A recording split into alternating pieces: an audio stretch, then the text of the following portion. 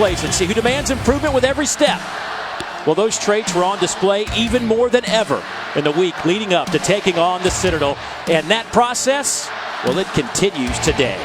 You're watching SEC Network Football, presented by Allstate. Dave Neal alongside former SEC Championship quarterback DJ Shockley. And DJ, yeah, the Citadel is here, an FCS team. But this has not been an easy week for the Tide. Yeah, it hasn't because of who you're facing. And the biggest enemy for Nick Saban and his team is complacency. And that's why he wanted to stress this week, you can't come into this ballgame being complacent or this team will hurt you. And that's the biggest thing that they have to overcome today in this ballgame. Citadel wins the toss. They accept. They want the football, so they will have it first this afternoon on what is a gorgeous day here on the capstone.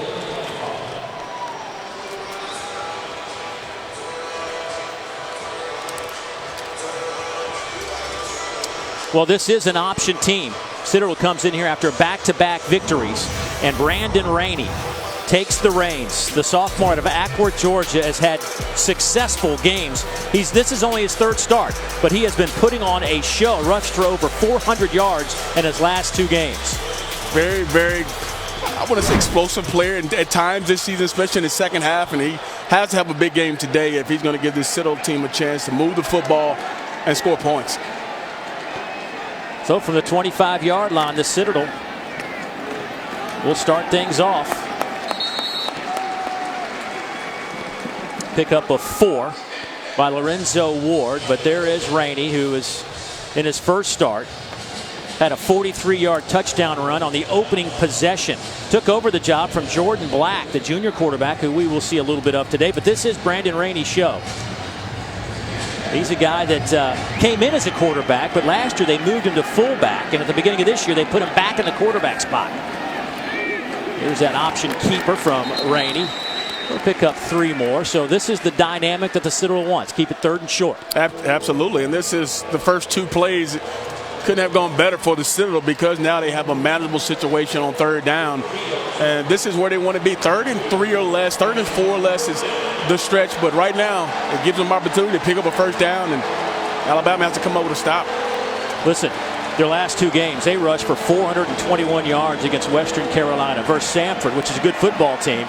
They rushed for 355 yards.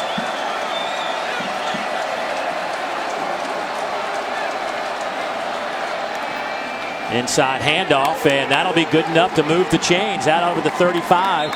Give them 4 yards. And with that, let's go down to the field, check in with Dawn Davenport. Good morning, Dawn. Good morning, Dave and DJ. I want to take you back to 2011, Alabama versus Georgia Southern. Last time Alabama faced a triple option offense. This is what happened. That Alabama defense was giving up 52 yards a game.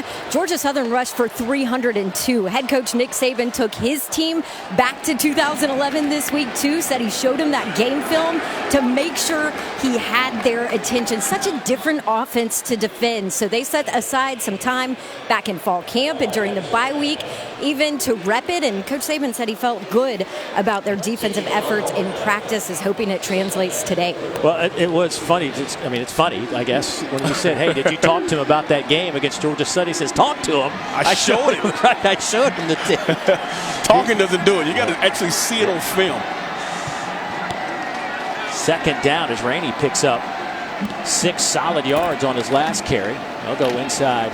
Handoff again out over the 45 to the 46. And again, that'll bring up a 3rd down. That goes to Lorenzo Ward. And here's the balance that it forces you for Citadel is they get outside. You saw the first play pick up 6 yards, and then they bust it really hard with that beatback going right up the middle. And if Alabama crushes down too far, they get on the edge. And it's going to be the battle going back and forth for Alabama's defense right now. So 3rd down and 1. Handoff going left side, and I don't know if he got it. It's going to be real close. Might be about a half a yard shy.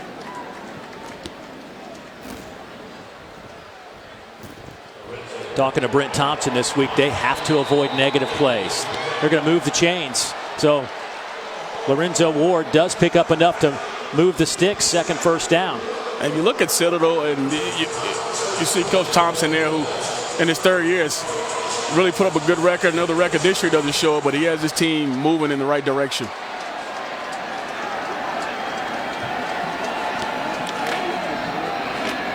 Just a power handoff off the right side, maybe a yard. Well, you don't see that wishbone look anymore. No, this is very unconventional, and Coach Saban talked about preparing for it in the summer, preparing for it in their bye week. But this is an offense that until you play it, until you see the speed of it, it's hard to really match up how it goes in practice until you actually see it in the game. And it's going to take a few series for Alabama to get used to the speed of this style of offense. Brandon Rainey in his third start. He's only thrown the football 8 times. Big collision right at midfield. Ward gets the carry. He'll pick up 3 tough yards. This Alabama defense has been stellar. When you think about what they have been able to do, 9 quarters without giving up a touchdown, 156 minutes and counting. That is crazy. Shutout back-to-back ranked opponents. And they have gotten so much better here in the second half of the season from what was already a pretty solid group. There goes Rainey. He gets it down to the 41, and there's a loose football. They're going to say he's down, and that's another Bulldog first down. That's a run of 7.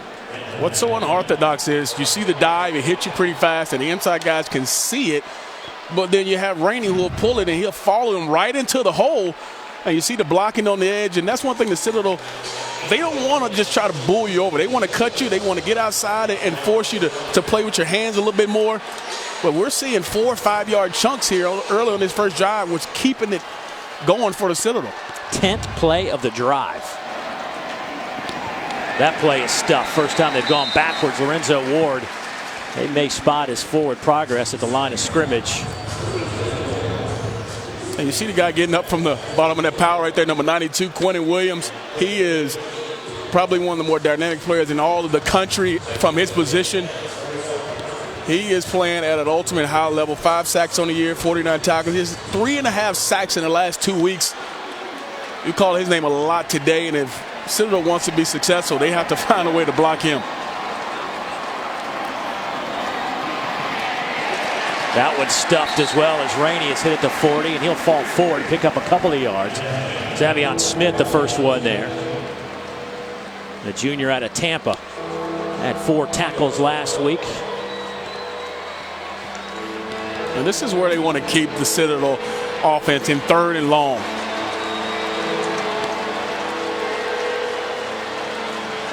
Leading receiver on this team is Raleigh Webb on the outside, number 22. 16 catches on the year.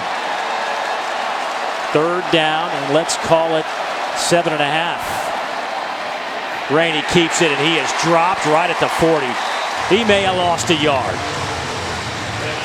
And that's where the pressure comes for the Citadel. When you get in those 3rd and long situations, now they can pin their ears back and come after you.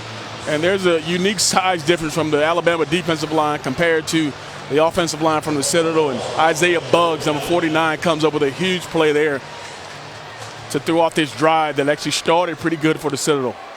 Well, they pick up 3 first downs, and I think the most impressive thing by the Citadel, at least from their standpoint, is the fact that they're going to end up taking about 7+ minutes off the clock on their opening drive. So they will punt it away. Matthew Campbell, the freshman out of Decula, Georgia, aiming for the 1, and it is into the end zone. So it'll come out to the 20-yard line. We'll step aside. A good opening drive for the Citadel, but nothing to show for it. Alabama with the football when we come back.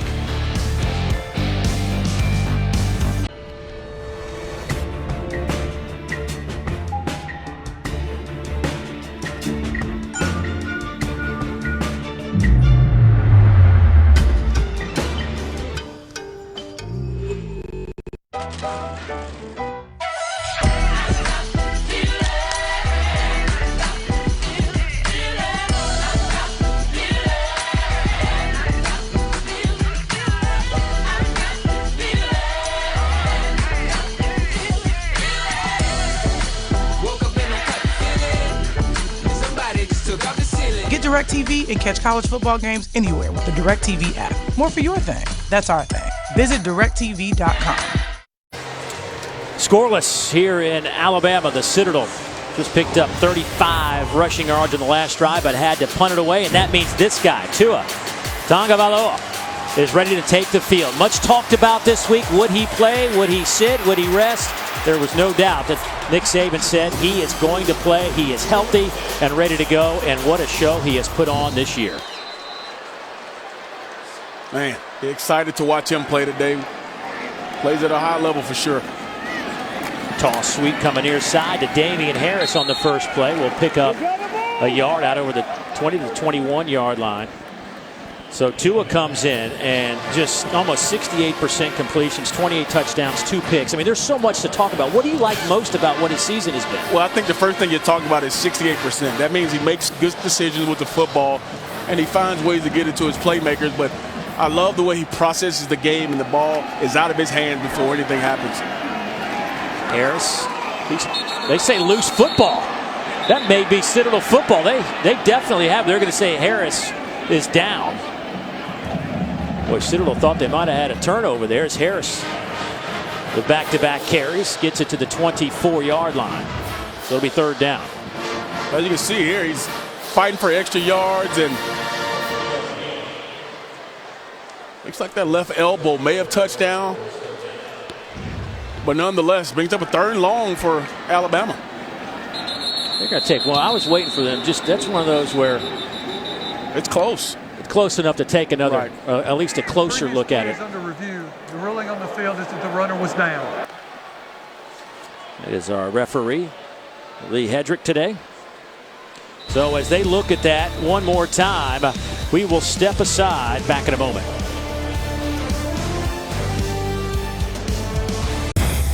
Experience a blend of refined craftsmanship and raw power, engineered to take the crown. The Lexus LS500 and LS500H. Experience amazing at your Lexus dealer. Hey. Hi. Congrats on ranking highest by J.D. Power for internet service satisfaction this year. Oh, thank you. And on being ranked #1 in customer satisfaction compared to cable. Well, the 100% fiber optic network deserves the credit. And he's humble. So, I should probably go get started. You need me to watch the van?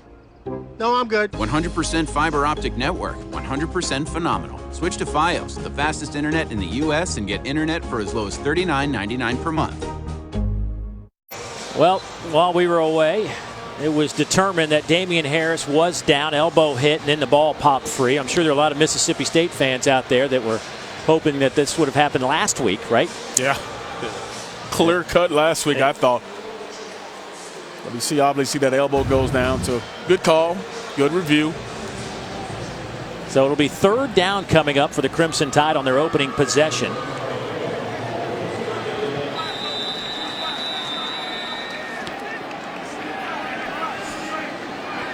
So a chance to see Tua perhaps throw the football here on 3rd and 7.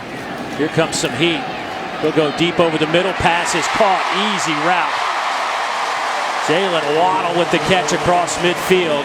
A 29-yard pickup there, and Spann bringing him down. Yeah, still comes with a blitz, but he still has time. The offensive line does a great job of picking it up. Aaron Spann back there on the coverage, and Jalen Waddle coming up with a big catch. But throughout the year, Tua has been really good on 3rd down. You're talking about 31 of 42, 532 yards on 3rd down. Tagovailoa a little bit low on that pass, looking for Jerry Jeudy. Tua without a knee brace. I think that's pretty much a topic around here. He started practicing this week without the knee brace on that left knee. So, you know, that's a good sign that certainly he's feeling better. I know he took a couple of shots last week against Mississippi State. One of those really just above the knee area. No structure there, just a sore quad perhaps. Coach Saban telling us he was healthy. Boy, Damien Harris met at the line, falls forward for a yard. Ken Allen, the big nose tackle, steps up. Big by Citadel standards at 6'1", 280 pounds, a senior. Yeah, he's a 3-year starter for the Citadel and played tons of ball. Did a great job of shedding the block there and getting off and making a play on Damien Harris. But bringing up another 3rd and long. We talked about Tua in this offense has been really good on 3rd down. Alabama 54%, 3rd in the country on 3rd down conversions.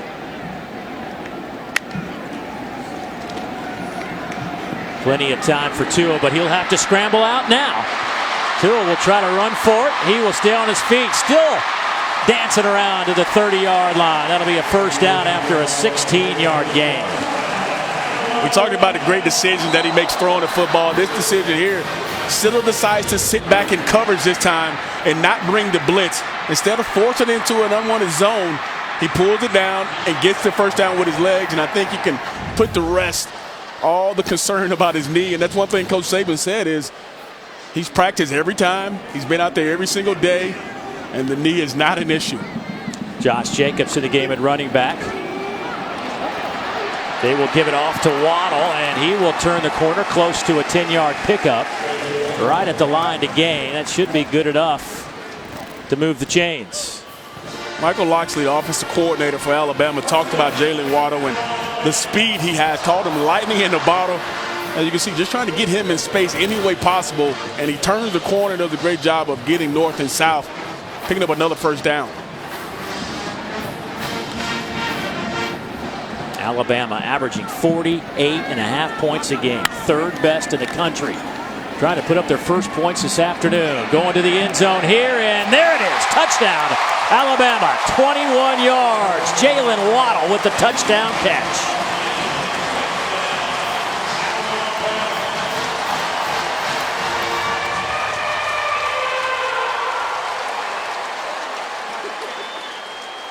Well, they had to convert a couple of 3rd and relatively long plays to pick up the touchdown on their opening drive.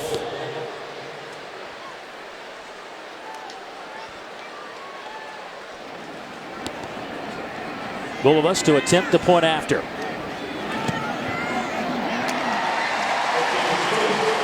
(7-0) Crimson Tide.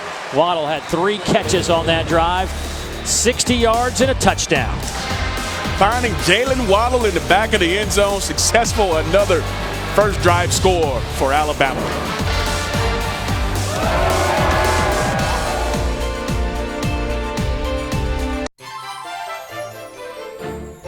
What do you get the person that loves to tailgate?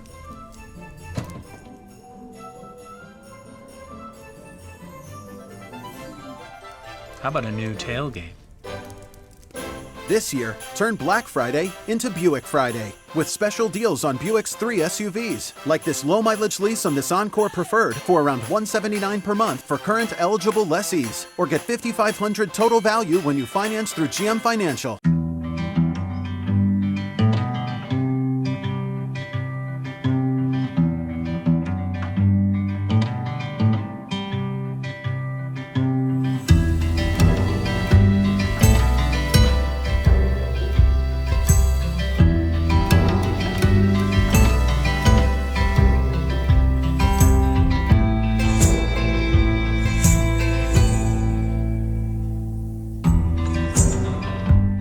Network Football is presented by Allstate, reminding you that football season is mayhem.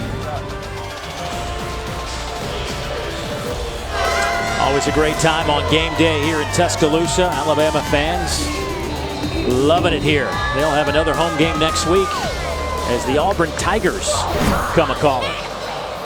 Bulldogs to kick it away. At the 5-yard line.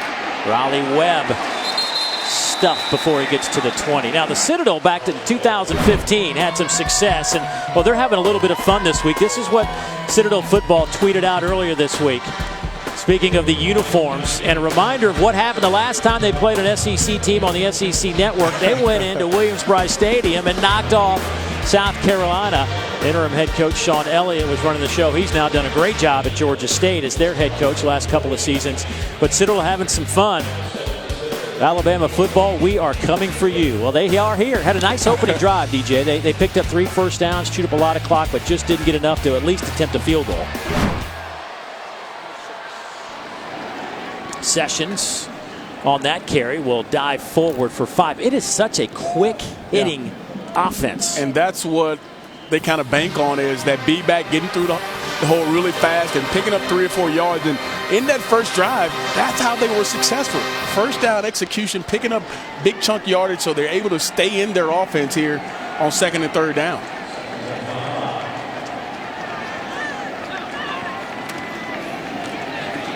That handoff off the right side, close to the 29-yard line. Lorenzo Ward on that carry. He'll pick up 6, and that's another first down. And here's one of the more, you see a Lorenzo Ward there, who is their dynamic B-back, who they depend on a lot in this offense. And this guy had 4 touchdowns in the second half last week versus Sanford. He's a tough hitting guy right through that middle, and we've seen a couple times already. He has a full head of steam heading forward, heading to the line of scrimmage. Rainey on first down, maybe a half a yard, if that. Let's go downstairs to Dawn. Dave, Alabama's defensive coaching staff after that first possession told this group, you've seen the speed of this offense now. You know exactly what to expect, and you know you're getting their best here in the first quarter. Now go wear them down. Well, we'll see how that plays out on 2nd down.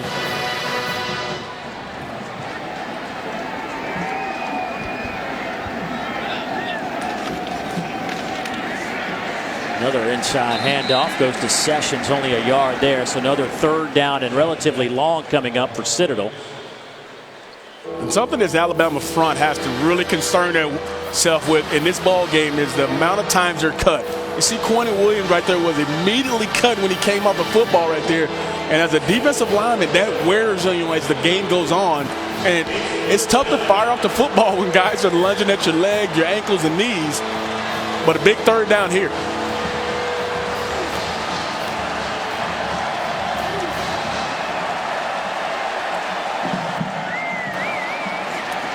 Toss sweep. Ooh, big hit just across midfield. A gain of 21. Alabama player is down.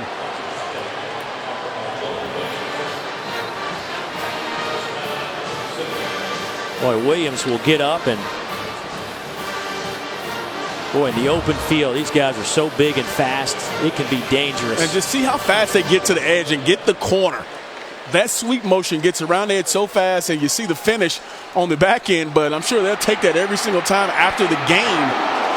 Huge hit, but a big-time gain for the Citadel. Dylan Moses with a huge hit on Smith. They'll go quick inside. That'll pick up a couple yards inside the 45. Williams on that sidelines, taking a break for a moment. Well, you don't want to lose that young man. I mean, how often do you see a nose tackle at this point in the year with 40? Now he has 50 tackles on the season. 50. He has one of the quickest first steps I've seen on film. He plays with tons of strength, and just like that, the first quarter is starting to come to an end. And Citadel has come in here and done exactly what they wanted to do, is control this clock and control the football. And second drive of the game, they're driving.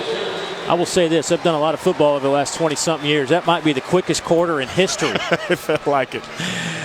Just one possession for Alabama. We're on the 2nd Citadel possession, but Alabama's first one was outstanding. They pick up the touchdown and lead 7-0. Back to Bryant-Denny Stadium after this.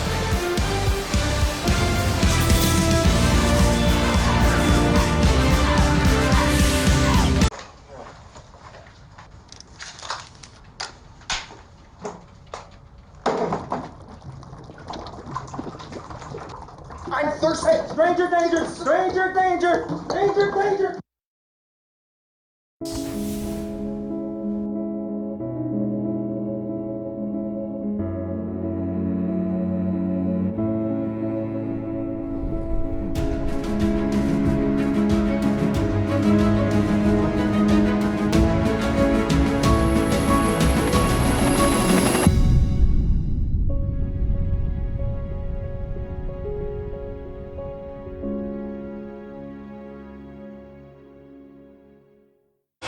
Well, Quintin Williams was trying to get back on the field a moment ago, but he'll sit this one out, at least this play, and the reason being is, well, we will show you after this upcoming play.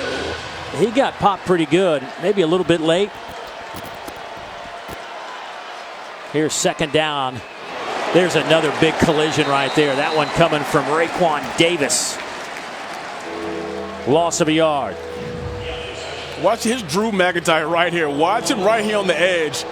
Get a little nudge on Quintin Williams.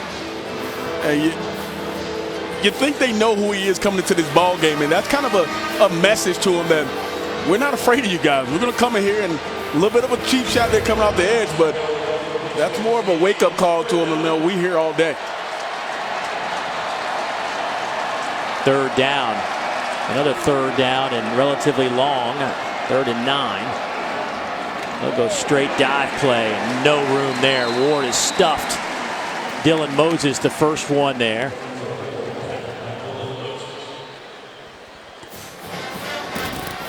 So now it's 4th down. Looks like Citadel will punt it away again. But again, another couple of first downs. You're chewing up some clock. Yeah, and it's a successful drive because you flip the field. You don't give Alabama's offense easy rain to come down and have great field position. You're forcing them to go full field and make some plays. And we saw last drive, Alabama had to pick up some key 3rd and longs to keep that first drive going. Citadel is 74 yards rushing. Bama's been averaging over the last 4 games just 39 yards per game allowed rushing. Fair catch called for at the 10. 34-yard punt. Alabama will have it for their second possession. We'll step aside. Second quarter football.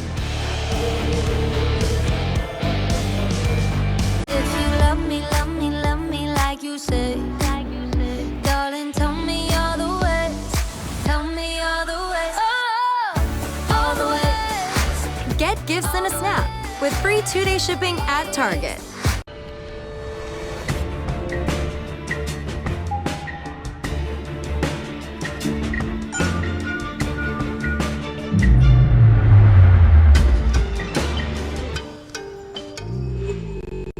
Didn't he say that Alabama was #1 all the way through for everybody? Everything's going to be perfect. All of our fans think that. You all think that. That's what you write about. Insert your favorite team. Washington State. Insert your favorite team. Ohio State. They would smack you. I worry about it all the time. I think Bama's offense is going to score against whoever they play. Our players need to learn that, you have to be able to play every week. Alabama is a different team. This offense is incredible. Tua is incredible. I'm not really interested in any of your suggestions about how we should manage our team and what we should do to try to get better, regardless of what you think. The incomplete pass there. But, yeah, the rat poison he talks about. Everybody patting him on his back. We talked to him a little bit about that and how to manage it. And he says, it's not easy trying to avoid the pitfalls that come with being such a successful team. And that's part of it is in this day and age of social media and everything is so accessible for these kids to be able to see it and get patted on the back. And I think that's why he is so tough on his kids and fighting that complacency week in and week out. I'm surprised he didn't care what I thought. How to coach his team. Out of that pistol formation. They'll hand it off right side. That'll go to Jacobs. That'll be a loss of 2 on the play. So now it's 3rd down and long. This will be the 3rd time they face 3rd down and relatively long. I guess the upside of that is when you have Tua at quarterback, he's 32 of 43 for 550 yards on 3rd downs. And Dave, on 3rd downs. Even better stat, of those 32 times, it's been 3rd down and 10 or more. He has 3 touchdowns and completed half of them. So he's done a great job of getting that football out, but also completing it.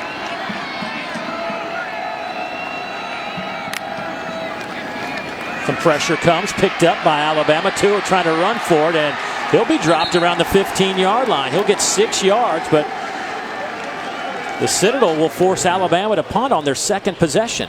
Give the Citadel some credit on the back end. They come with a 6-man pressure up front, and they end up picking it up. But there's nowhere to go with the football. Hey, Willie Eubanks comes from the back end, does a great job. And you can see the pressure come right off his right side and through the middle. They pick it up really well, but nowhere to go with the football, and Tua has to eat it. And that's a successful 3 and out there for Citadel, and they're going to get great field position.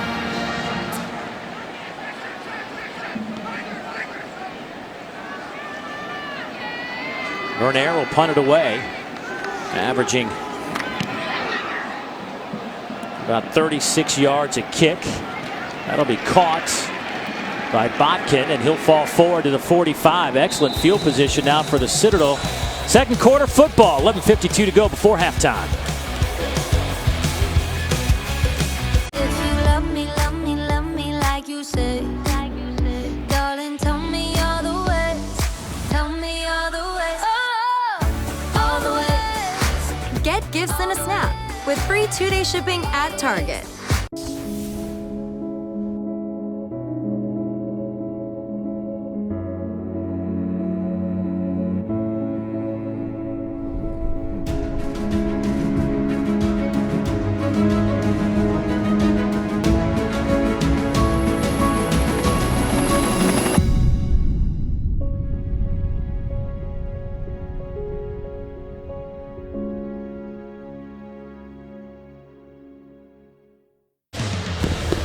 Number 1 Alabama leading the Citadel 7-0 here in the second quarter. The Citadels rushed for 73 yards. So that leads us to today's DJ Shockley's shocked or not shocked. How surprised are you by this? Dave, you know what? This may surprise you and everyone watching, but I am not shocked by this. Even though they haven't given up, this amount of yards in the last 4 games.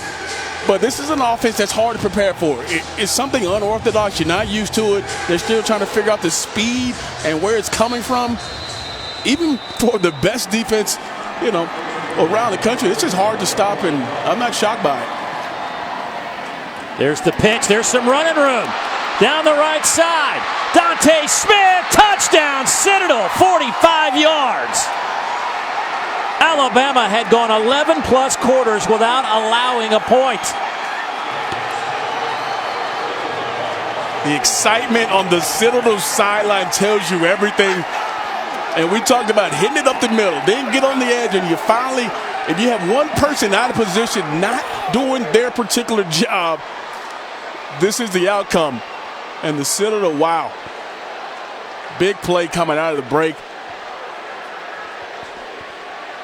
First touchdown of the year for the A-back, Deonte Smith, the redshirt freshman out of North Charleston, South Carolina.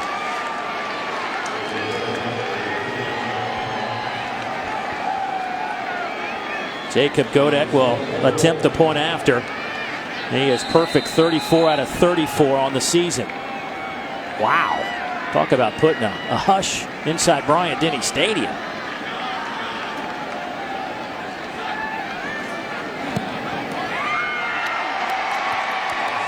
We are tied at 7 with 11:42 to play here in the second quarter. And Dave, when you're running this triple offense, everybody has to do your job, and eyes have to be everywhere. If one guy does not do his job, and he should be out here on the pitch man, there are multiple guys inside for the quarterback. And when you lose leverage on the outside and one guy does not have his responsibility on the outside, which is Deonte Smith, goes in for the big score. But one guy out of position, it leads to this, and the speed of Deonte Smith to get down and get a big score. I'm not sure many people expected at this moment in the second quarter Alabama to be tied with the Citadel 7-7. But give this Citadel team a lot of credit coming in here and fighting early in this ball game and possessing the football. And Alabama, we just mentioned it, giving up points, giving up yards. This is a tough offense to prepare for. 170-plus minutes since Alabama's defense gave up a touchdown. That is just crazy. Last TD allowed was second quarter against Tennessee back on October 20th.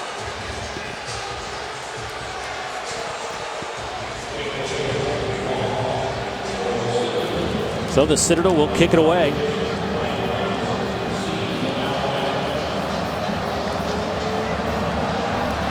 Little pooch kick. That'll be fielded around the 36-yard line. And with that, let's go back to the studio for an update with DirecTV. More for your college football thing.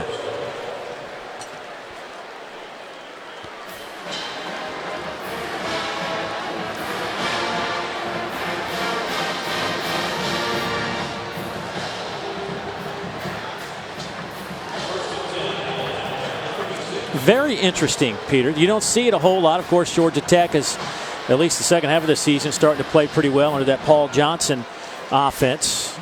It has given Georgia some fits over the years.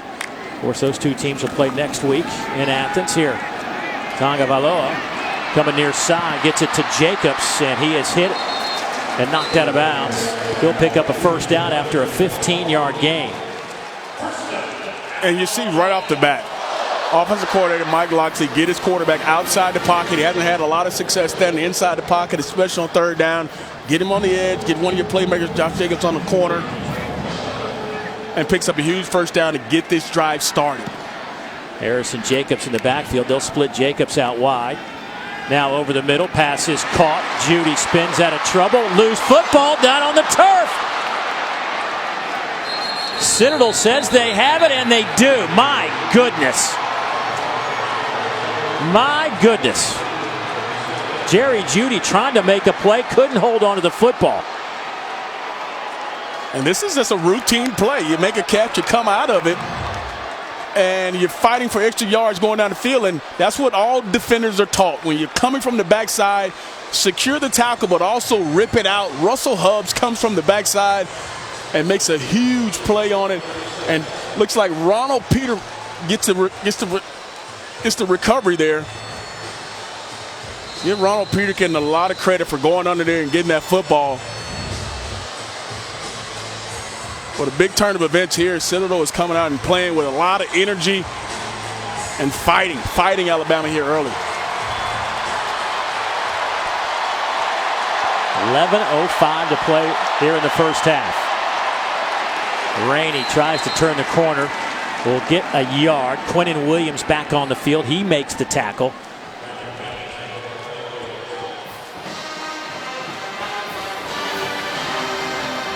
You know, Alabama, according to ESPN, had a 99.9% chance to win this game. But Citadel making it difficult today for Alabama. And that's why you play the game, Dave. A lot of people talk about the stats and numbers, but you still have to play the game. Handoff goes inside for a couple of hard-earned yards. Deonte Sessions with that carry. And a third down here. It's a third down you would want if you're still to be a little bit closer. But taking the way they've run the football, they're picking up huge chunks of plays. 3rd and 7 is a big down for them and bigger for Alabama.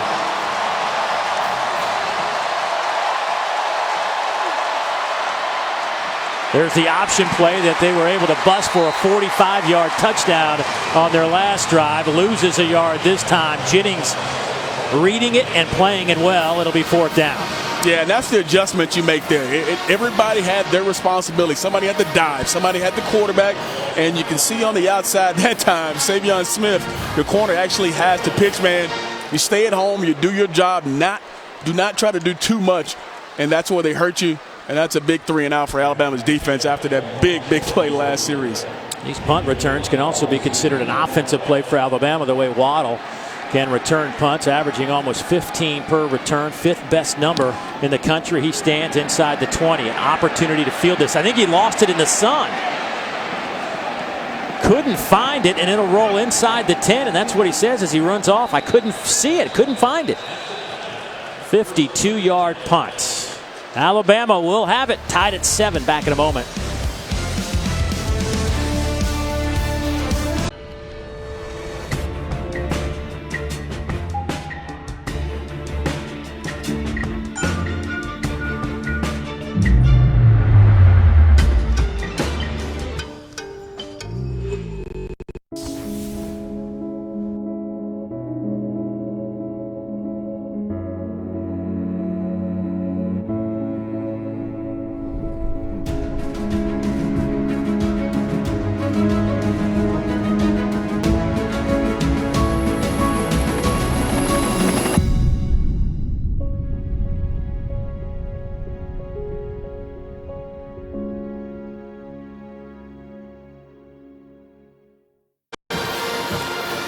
There is Coach Locksley, the offensive coordinator thinking things through and talking to him yesterday. You know, he says it's such a benefit to have every group on his offense have playmakers, and they've been able every week to kind of figure out what's going to work. But so far, you know, they do have the touchdown on the board, but it just doesn't seem like there's much of a rhythm.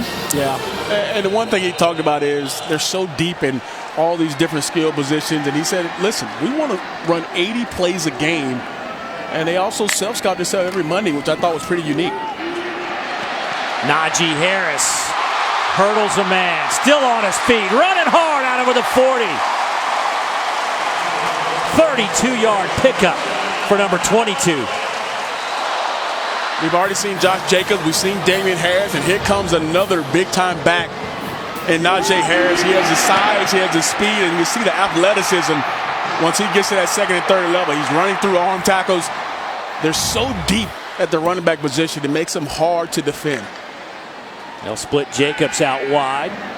Tagovailoa going deep down the middle. Shavers can't catch up to it. It'll be second down and 10. Well, maybe that Harris run will spark this offense. Look, I think we all get it. I mean, it's hard to, if you're an Alabama player, to not recognize you're playing an FCS team, right? It's an early kickoff. I mean, all the elements are there for a slow start. I've been in games like this before, and it takes you maybe a quarter and a half to get going. And it's hard for human nature to look on the other side and say, this is not the usual rivalry that you think about in the SEC, and you got to find a way to get yourself motivated and find a way to get going. Tua. Pass is caught. What a grab by Jerry Jeudy as he got hit immediately. Held on to it. Sean Thomas Faulkner was the one who hit him right away. Picks up 12 and a first down. Yeah, Jerry Jeudy comes back and make a nice catch here, a little acrobatic, going up and get the football. And he's considered what Coach Lockley says the Calvin Ridley clone that they like, can do it all. And he's trying to make up for that fumble he had on the previous series. But he's averaging around 20 yards of reception this season.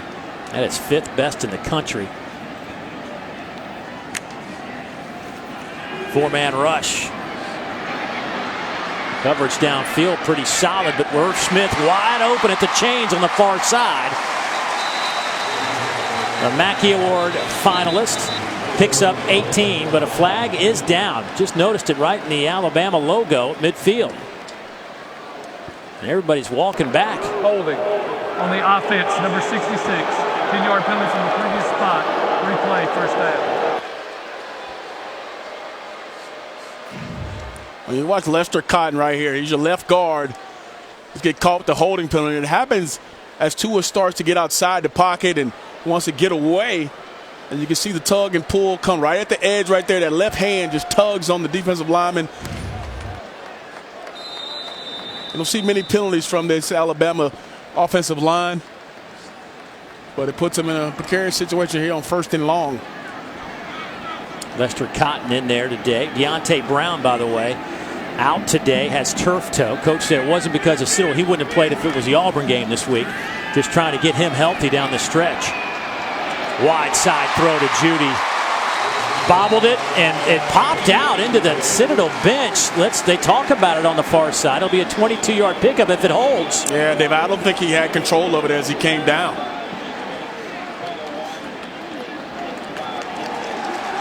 They're going to call it a completion, but I wouldn't be surprised if Alabama tries to hurry up here. My first reaction is that's a catch. It looks like he had it in his right hand and came out late. They're going to obviously take another look, and certainly worthy of that. But the previous play is under review. Possession in his right hand, it appears, right? Control the football. Yeah, that's a catch. Well, while they look at that, we will step aside. Tied at 7 here. Alabama on the move.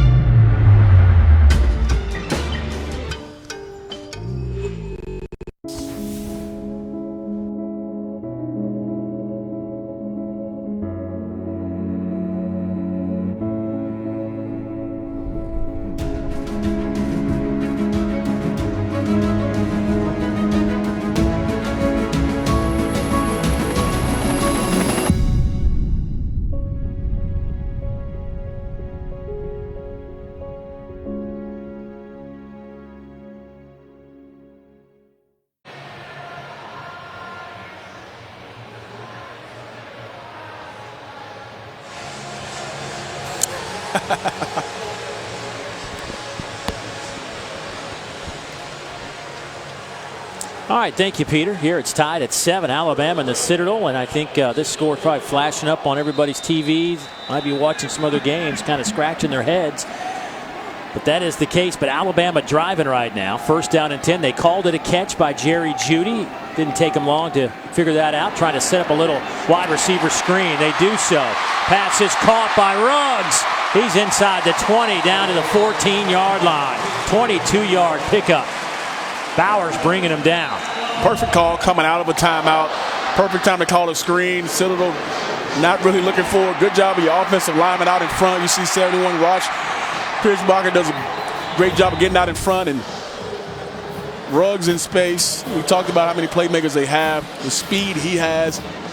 Big 1st down completion. It's always nice when you have Pierce-Barker leading the way for you.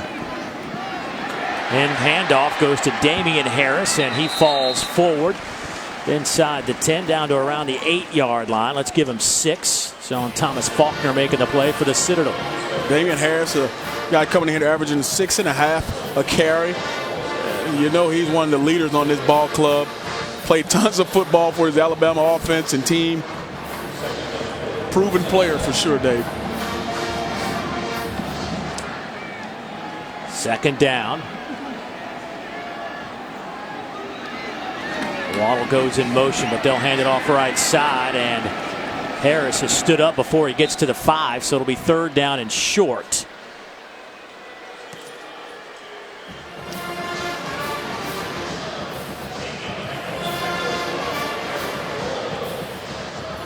We were just noticing Jerry Jeudy kind of hobbling a little bit the last couple of the plays.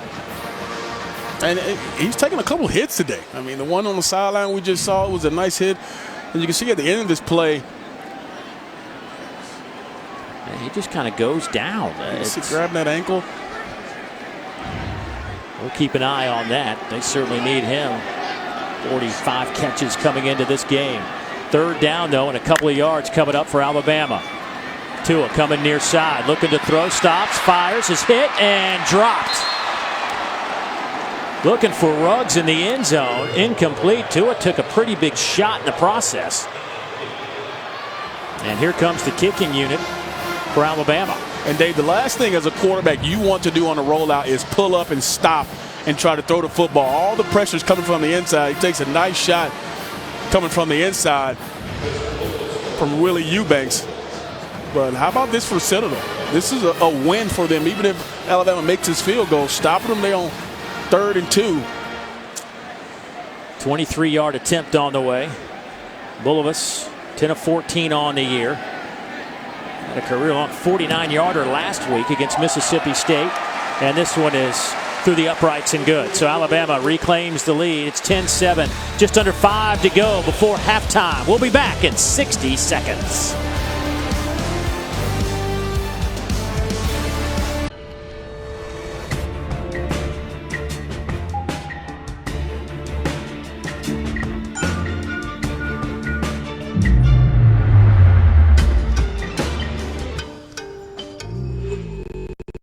This season, cricket's taking festive and turning it up to 4. 4 lines of unlimited data for $100 a month.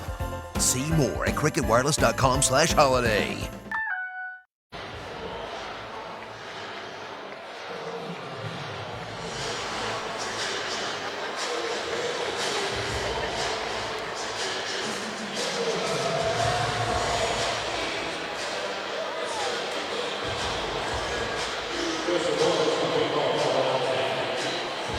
Thanks, guys. And Coach Saban reiterated it with us multiple times, just how tough it is to get a true look. It's hard in practice for guys that don't run it. The scout team doesn't even know what they're doing, really. So the speed of it is just something that catches you off guard, I think. And Dave, you make a great point. You can. Hey, coming up at 4 o'clock Eastern, college football continues on the SEC Network with number 5 Georgia hosting UMass. And Ole Miss heads to Vanderbilt at 7:30 for SEC Saturday night matchup. Now on the alternate channel, have Liberty at Auburn at 4, then Chattanooga against South Carolina at 7:30. To find the SEC alternate channel in your area, go to secnetwork.com/channel. All 4 games, of course, on the ESPN app. Well, there's the number. 73% chance for the SEC teams to win all 8 non-conference games today. Again, this one was 99.9 for Alabama over the Citadel. Brandon Rainey picks up 5 coming around the edge. And we saw the last possession. We were talking about the comfort zone. Yes. And it almost felt like Alabama said, okay, we kind of have this now. Yeah, and it's all in the fundamentals. It's all about the details for this Alabama defense. Each guy doing their particular job, because this Citadel offense does so much with what they call eye candy. Opposite pullers going wrong ways. If you read the wrong thing, you can get out of your gap, and you can see a big play happen since they had that last 2 drives ago. 45-yard touchdown for the Citadel.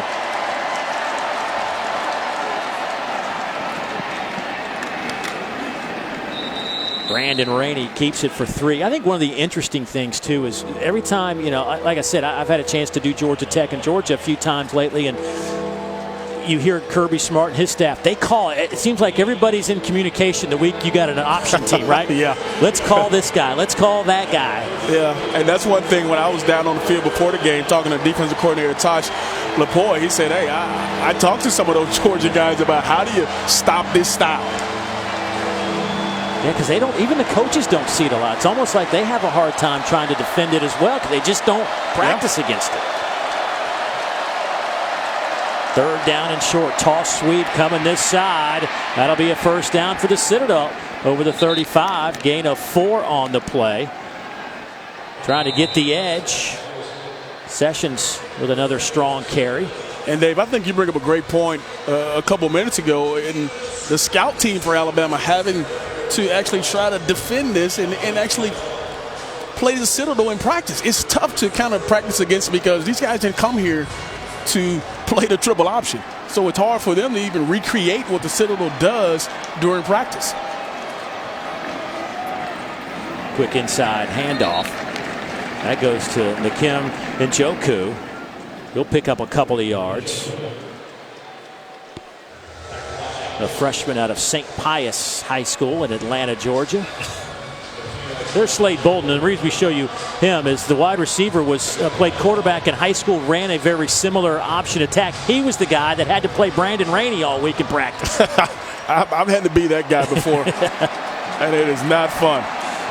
Here's Rainey trying to turn the corner, breaks a tackle, still on his feet across midfield, and he's dropped around the 48. Smith bringing him down, and there comes some flags late. Alabama looks like they might be getting a little frustrated. And Dave, you hit it right on the top of the head. They're getting frustrated because they're giving up yards. They're not used to giving up yards in chunks like this, and the frustration is setting in. After the play was over, personal foul on the defense, number 32, 15-yard penalty, automatic first down. Well, there were a few crimson jerseys over there, and they found Dylan Moses as the guilty party. You see right at the end right there. Nice wrestling move if we were in the WWE, and I think that's just an example of it's getting a little frustrating right now. Alabama has given up 148 yards on the ground, and I think the biggest number of all is the fact that Citadel is closing in on 17 minutes of time of possession. Rainey twists to the 30, couple of more yards. And for the Citadel, I think the story, too, also was the fact that Brandon Rainey, this is just his 3rd start at quarterback. Jordan Black had been running the show. And the week before Western Carolina, Coach Thompson suspended 5 players, including Jordan Black. But he says the suspension really didn't dictate the fact that Rainey was going to play. They had already kind of had that plan. Yeah, and they said early in the year he wasn't there progression-wise with the different checks that go at the line of scrimmage. But now, as the middle of the year, the end of the year come on, he is definitely taking on the challenge. 2nd down. Rainey trying to throw it. That didn't work. As soon as he looked upfield, Jennings was right in his face. A loss of 4. And they did a good job on the back end as well. it was just a great job of they try to lull you to sleep, run it, and then they finally get to you. And just a great job of Anthony Jennings getting to him. But here's a big third down here after the sack. Alabama wants to get off the field. Citadel today, 5 of 8 on third downs. Alabama defensively been really good. They've been allowing just 28% conversions. That is top 10 in the country. Rainey will keep it, try to get it close to the 30. He'll pick up 3. Jacob Godek, their kicker, has a long of 44 yards. So it'll be 4th down. You see him right on the edge right here at field goal range, and you expect Citadel to run this clock all the way down and try to take it into halftime, tie it up with the #1 team in the country. Can you believe that? You think people would be a little wide-eyed to see that number? I was here a few years ago when Tennessee Chattanooga came rolling in, and I think the score was like 10-3 at halftime on a night game. And from what I heard, that halftime was not much fun for Alabama. They came out and smoked Chattanooga in the second half. But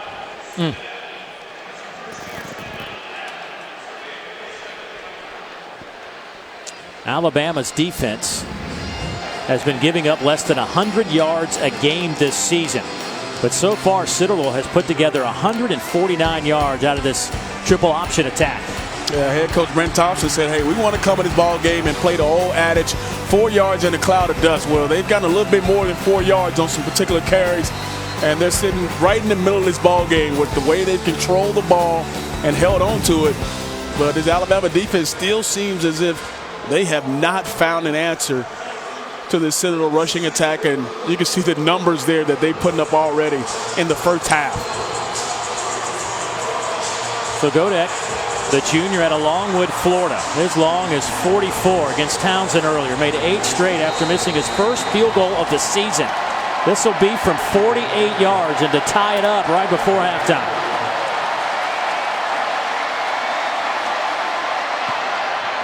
Kick is on the way, and it is good. My, oh my.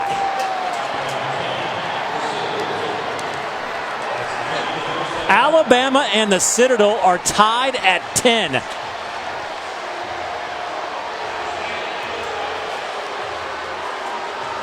That will be one jubilant locker room as a Citadel, and sometimes all you need is to believe. Well, let's go down to Dawn. Yeah, here with Coach Saban. Coach, you told us before the game how difficult it is to prepare for an offense like that. How would you assess your guys' ability to handle it? Well, I think they're shrinking the game on us. They're 3 or 4 yardness to death. We gave up one big play because we busted on the option. So we got to do a better job on offense. We got to take advantage of every possession when a team's shrinking the game on you. We've turned the ball over. We went 3 and out once. We didn't score a touchdown in the red zone. So, I think that's the difference in the game, and that's going to be the key to it. We got to keep playing well on defense. Thank you, Coach. All right, thank you. Wow, they will try to figure things out. I mean, this will leave you speechless. At the 10-10 our score. #1 Alabama in a little bit of a fight with the Citadel Bulldogs. Guys, what do you make of this? Peter, take it away. America 10-10 as you continue to watch SEC Network football presented by Allstate. Dave Neal alongside former Georgia quarterback DJ Shockley. And DJ, the Citadel came in here, obviously had a game plan. Let's just run, chew up the clock. I think where they got fortunate was the fact that Alabama really couldn't do a lot offensively. So how does Alabama get it rolling in that regard? Well, the tough part is, as an offensive guy, you want to make the most of every possession. And when you're limited, it forces you to force things, and guys are trying to make extra plays. And we saw that with Jerry Jeudy a couple times, trying to make an extra run, and you fumble the football. But you got to find a way to be – you have to execute better on offense when you have the football. But defensively, they are totally frustrated with what's going on right now. The other aspect of this, you mentioned the word frustration. Listen, Alabama's closest margin at halftime has been 16-0. They had to lead over LSU. I mean, they have dominated everybody. They've never been in this position before. And I think that's what Coach Nick Saban is really excited about, to see how his team responds. He equated it to Deontay Wilder coming to talk to him early in the year, and he said, hey, everybody's going to get punched in the face. It's all about how you respond. And right now, they got punched in the face in the first half. How will they respond? Another pooch kick. This will be dropped at the 32-yard line. And the Citadel says they have it. Oh, my goodness. Miller Forstall tried to run with it. And now Citadel has a short field at the 31-yard line. And you come out of halftime, this is the last thing you want. You've turned the football over already one time in the first half. Now you have another turnover in the second half.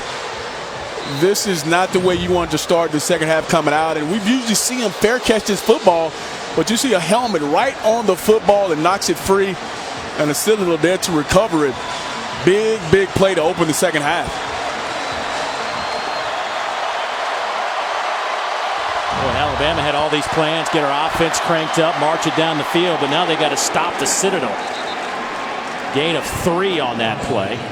That one goes to Dante Smith. Let's go downstairs to Dawn. Well, Dave and DJ, stay calm. That was the message for the Citadel players from their head coach, Brent Thompson. He reminded his guys, we're a second-half football team. They've outscored their opponents 63-3 this season in the second half. He said the key is going to be to stay calm, and he said offensively they've stayed on the field, so they've been able to frustrate Alabama. That's what needs to continue.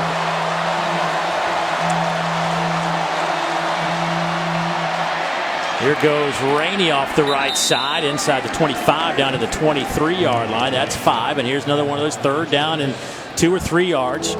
Jennings makes the play. Jennings with 8 tackles already. But this is where this offense wants to be. This is where they had their success in the first half.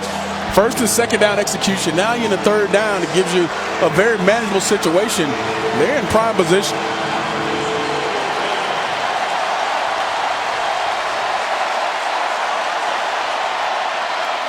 Right side, nowhere to go. That'll be a loss, maybe of a half a yard, if that. Lorenzo Ward had no room to run. Well, the number one thing that stops the triple option offense is penetration. And on that particular play, that defensive line took it over and forced the issue and forced a negative yardage play there. But to be able to come out of this and get 3 points is a win for the Citadel. And good job with this defense standing up. Godek is hit from 48. This from the near hash, 40 yards away. A flag is down. The kick was good. False start on the offense, number 54. 5-yard penalty. You know, I was saying to myself, boy, it sure is taking him a long time to snap this football. Yeah, and when you're sitting down in your stands for that long, you get a little antsy, and you got those big boys from Alabama in front of you. You get a little antsy in your stance and your false start, but still in the range for a big-time field goal here for Godek.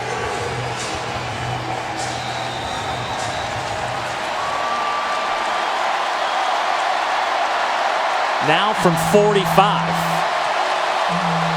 Godek has hit 9 straight after he missed his opening field goal of the season. Kick is on the way, and it is no good. The penalty keeps 3 off the board for the Citadel, and Alabama will get the football. And you see the disappointment there on Brent Thompson, head coach from the Citadel, saying they had a prime opportunity to get points and get the momentum to start this 3rd quarter. Alabama has never trailed in the second half this year, and the Citadel had a chance to be the first ones to put the Tide behind. 2 in the first half. 8 of 12, 144 yards and 1 touchdown. That came on the opening drive. He will throw on first down here. Nice grab. Good looking catch from Henry Ruggs. Picks up 9.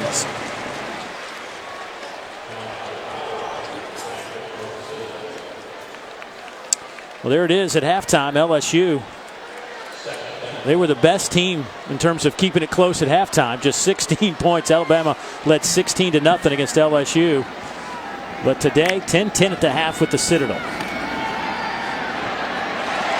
There's Ruggs again as he slips as he crosses the 40. That'll be good enough to move the chains. He picks up, well, let's give him 6. Yeah, if he's able to keep his feet and keep running, he probably picks up another 15, 20 yards. But this is the offense coming out with the aggressive mentality, coming out, throwing it on first down, getting Tua on the edge. And that's where they really were successful in the first half, when they got him outside the pocket.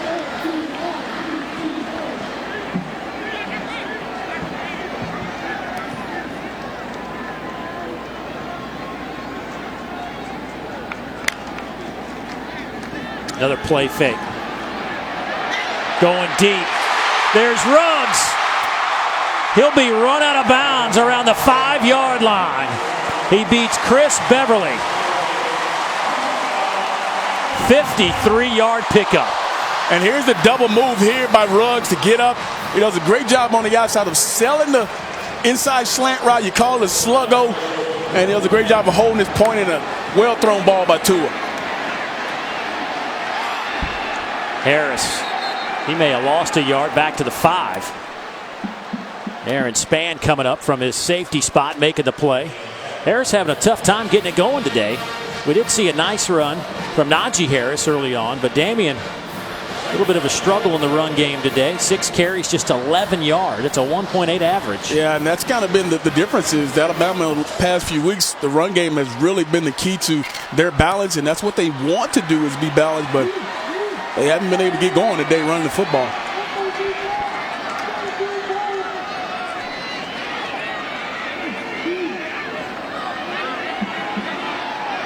Play clock down to 3.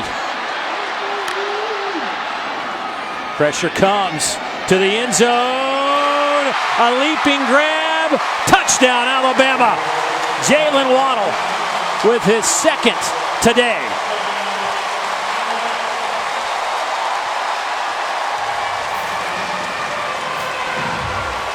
Couple big plays on the outside, and watch Waddle go up and get that right foot down, and that's a touchdown. Great ball by Tua to get that on the outside shoulder, and what a momentum swing here for Alabama to take this football down the field on the arms of Tua Tagovailoa.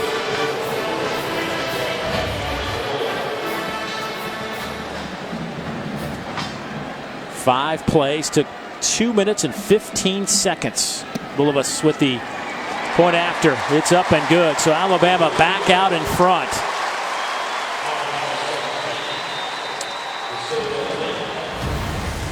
Tagovailoa getting it done with his arm. His 2nd touchdown pass today.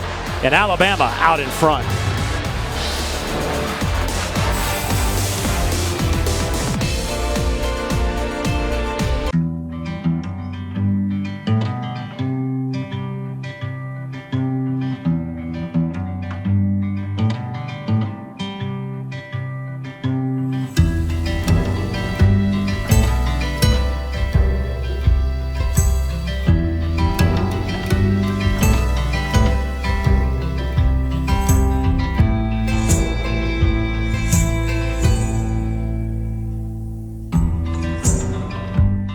Emerge restored, replenished, fortified.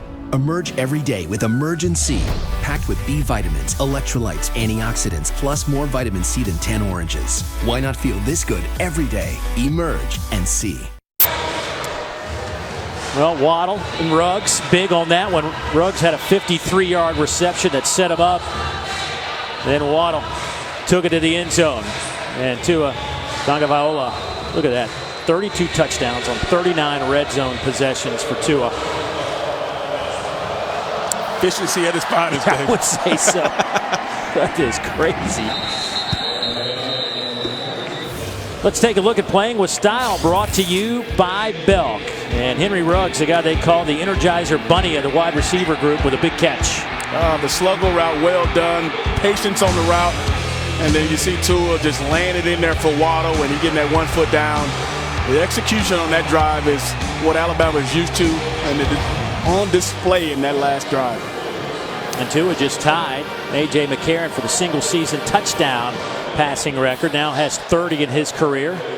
30 touchdowns this year, just 2 interceptions. Is that any good? Yeah, that's kind of average. I don't know. No, that is pretty good. Well, the play clock's on 0.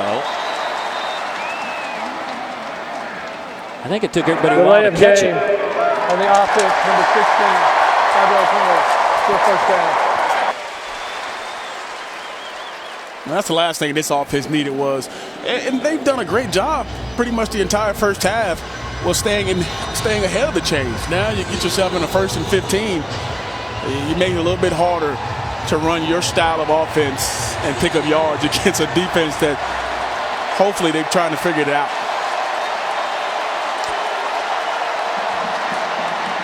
Little pitch. Alabama played it well. A fumble, loose ball, picked up by the Tide. No whistle, touchdown, Alabama. Anthony Jennings with the scoop and score.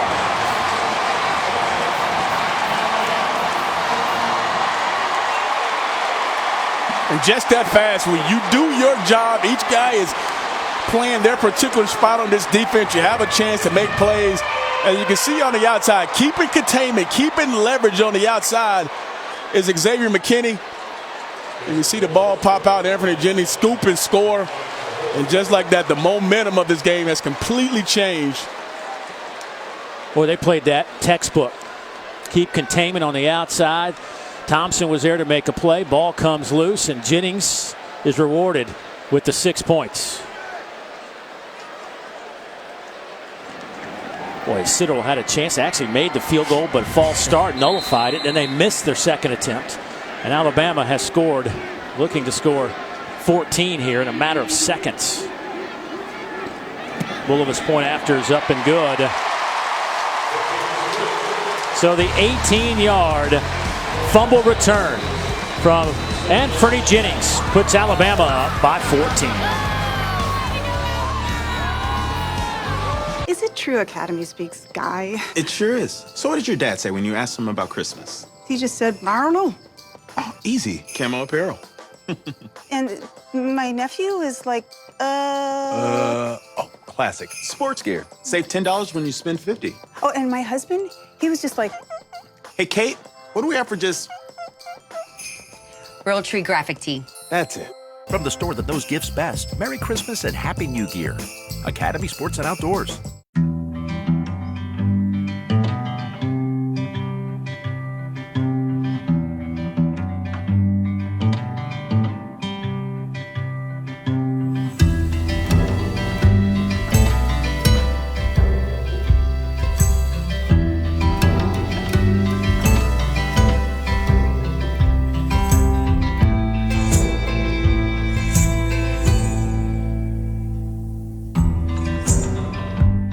Time for us to take a look at the mayhem moment brought to you by Allstate, and this was certainly mayhem for the Citadel. On a pitch, well played by the Crimson Tide, and Anthony Jennings scores the 7th non-offensive touchdown for Bama this year. It's the first fumble return for a touchdown, but the defense again putting points on the board. And what do you get when you are part of the mayhem moment? You get to go back on the field in a matter of seconds.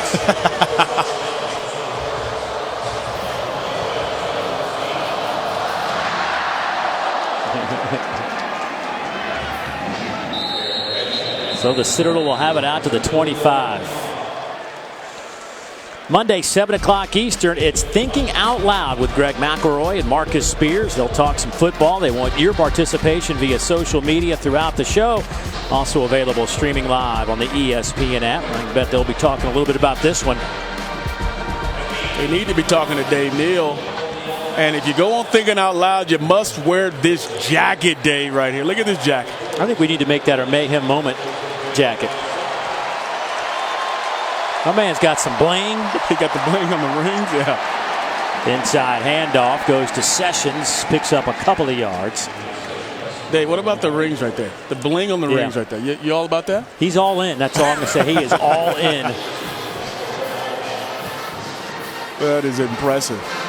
With that jacket, you can't sit down. You got to stand up. Everybody has to see you. So Alabama quickly with 2 touchdowns here in the third quarter. Get a little separation. Second down and let's say 8 coming up for the Citadel.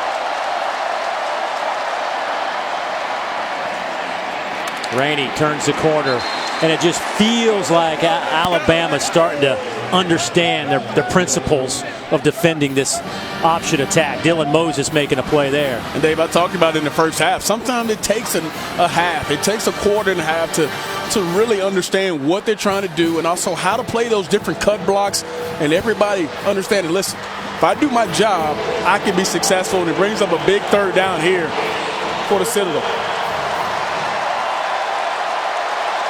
3rd down and 5. The Citadel, 5 out of 10 converting. Make it 5 out of 11. Quintin Williams stops Brandon Rainey. He is just a monster in the middle of that defense. I mean, there have been game changers here in Alabama, but this guy's a difference maker. Look at Quintin Williams right here in the middle. Watch, he takes on the block and sheds the block, gets rid of it. 2 different players, and then makes the play on the quarterback. That's hard to teach right there, knowing how to play it, but he fights off 2 separate guys trying to block him and makes the play and gets his team off the field.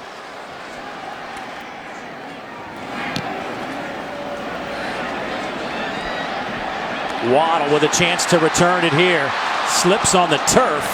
46-yard punt, give him a 5-yard return, and there is a flag down on the field back at the other end. So let's wait one moment as you look at Quintin Williams, who his coach says is just a football animal. I think they poked the bear a little bit yes, earlier. They did. When they had a little cheap shot on him, and then I think he got a little angry. And he's playing like the top player in the country. During the kick, illegal block in the back on the return team, number 34. 10-yard penalty from the end of the kick. 1st down. Well, there you have it. 8:09 to play. Alabama with the football, up 24-10.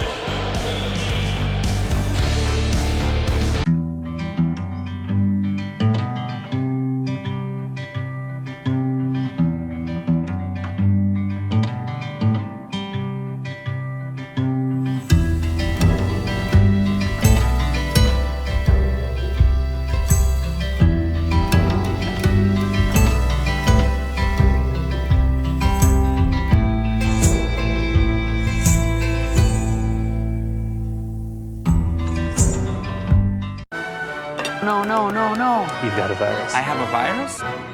Did you try restarting it?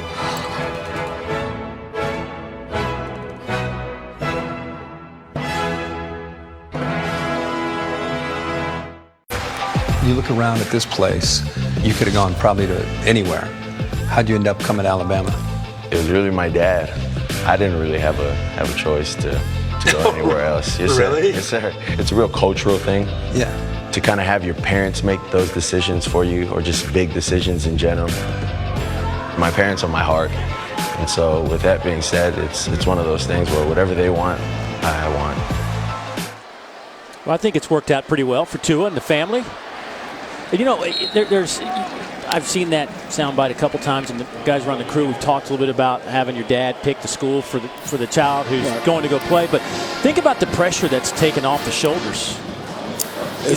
Yeah, especially coming to a place like Alabama where the expectations are already high. But his dad, I think, made a great decision sending him to Alabama. He's definitely paid it off with his play at the end of last year and starting this year.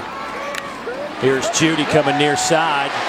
He has broken a few ankles this year with some of these moves. Saw one last week against Mississippi State. He is a fun guy to watch with the football in his hands. Yeah, offensive coordinator Mike Loxley calls him the sports car of the receiver group. And one guy you only bring out on Sundays. He's a very fancy guy, but he plays at an ultra high level, and a guy who you say is playing really good for him now. 1st down and 10 for the Alabama Crimson Tide at the 26-yard line. Tua to throw it again.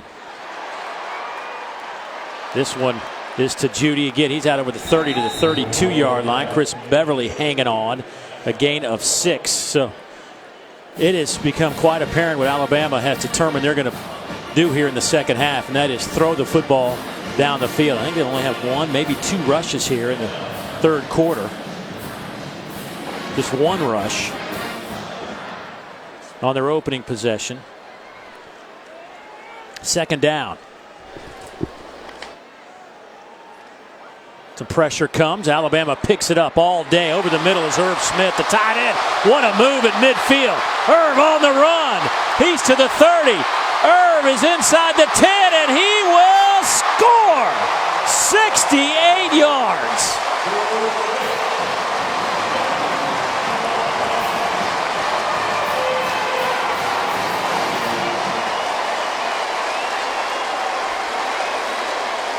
Irv Smith, one of the more exciting tight ends, the athleticism, and I love what he did at the beginning of the route. He just sat it down, gave his quarterback a chance to find him right there in the middle of the field. And what he does after the catches, you're not seeing many tight ends do that around the country.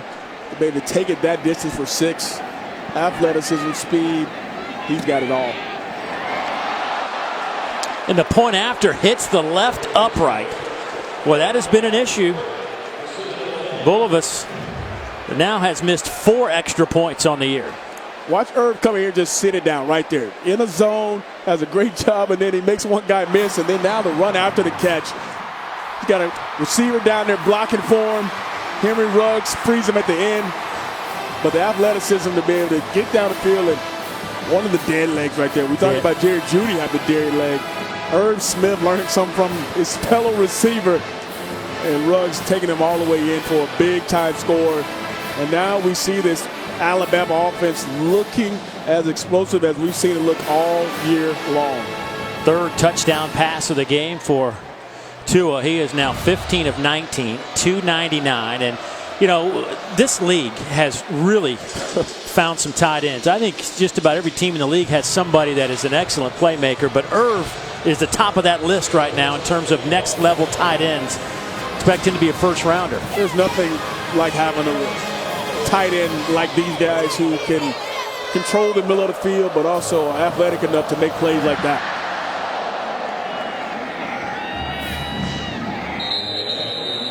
Fair catch called for, so out to the 25-yard line, and the Citadel will have the football down 20 points. Tagovailoa has just set the school single-season record for touchdown passes as he takes over that mark from A.J. McCarron. 31 this season. And, I mean, coming in, he'd only played 64% of the offensive snaps. Imagine if that number's at 80 or something. Yeah, it's pretty amazing what he has done in the time he's been in the ball game, and he's continued to play at that level.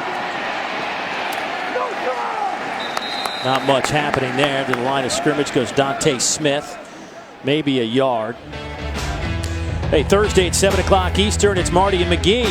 They have you covered with everything that's SEC. You can never get enough of the M&M boys. It's right here on the SEC Network. Of course, you can catch that streaming on the ESPN app as well. Hey, total yards this half, Citadel has 12. Alabama, 157. Far cry of what we saw in the first half. And the Citadel controlled the line of scrimmage. They controlled the time possession. The second half, they made the adjustments for Alabama, and it's been the other way. Gain of 5 on the play out to the 31-yard line.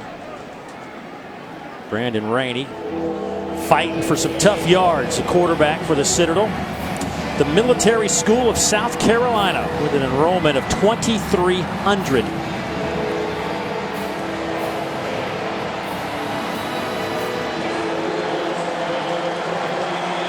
What's Alabama? I think Alabama's like 38,000 or something like that.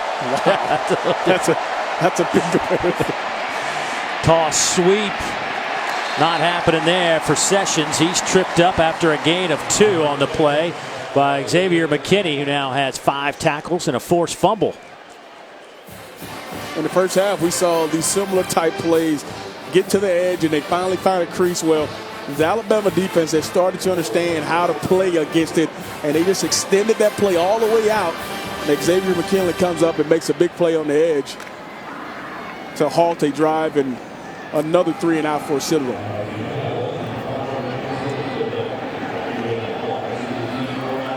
Waddle stands back at the 24-yard line. This one aiming out of bounds. So Alabama will have it. They lead it 30-10. We'll be back in 60 seconds. You don't think it'll happen to you, and you surely don't think it'll happen twice. I've lost 2 homes in my lifetime. First, it was a fire. My agent was right there and helped me rebuild.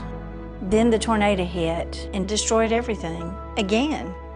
Both times, my independent agent and auto owners took care of me like someone takes care of family. For whatever lies ahead, we're always there. Auto Owners Insurance.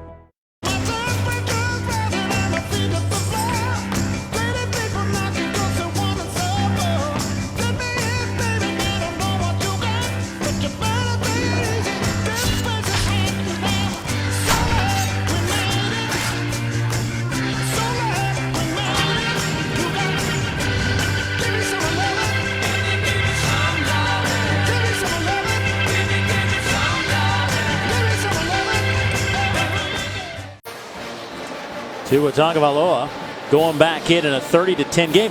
It's interesting that he's playing here toward the end of the third quarter. There were a lot of folks around here saying that he shouldn't play today. Nick Saban was having none of that. Regardless,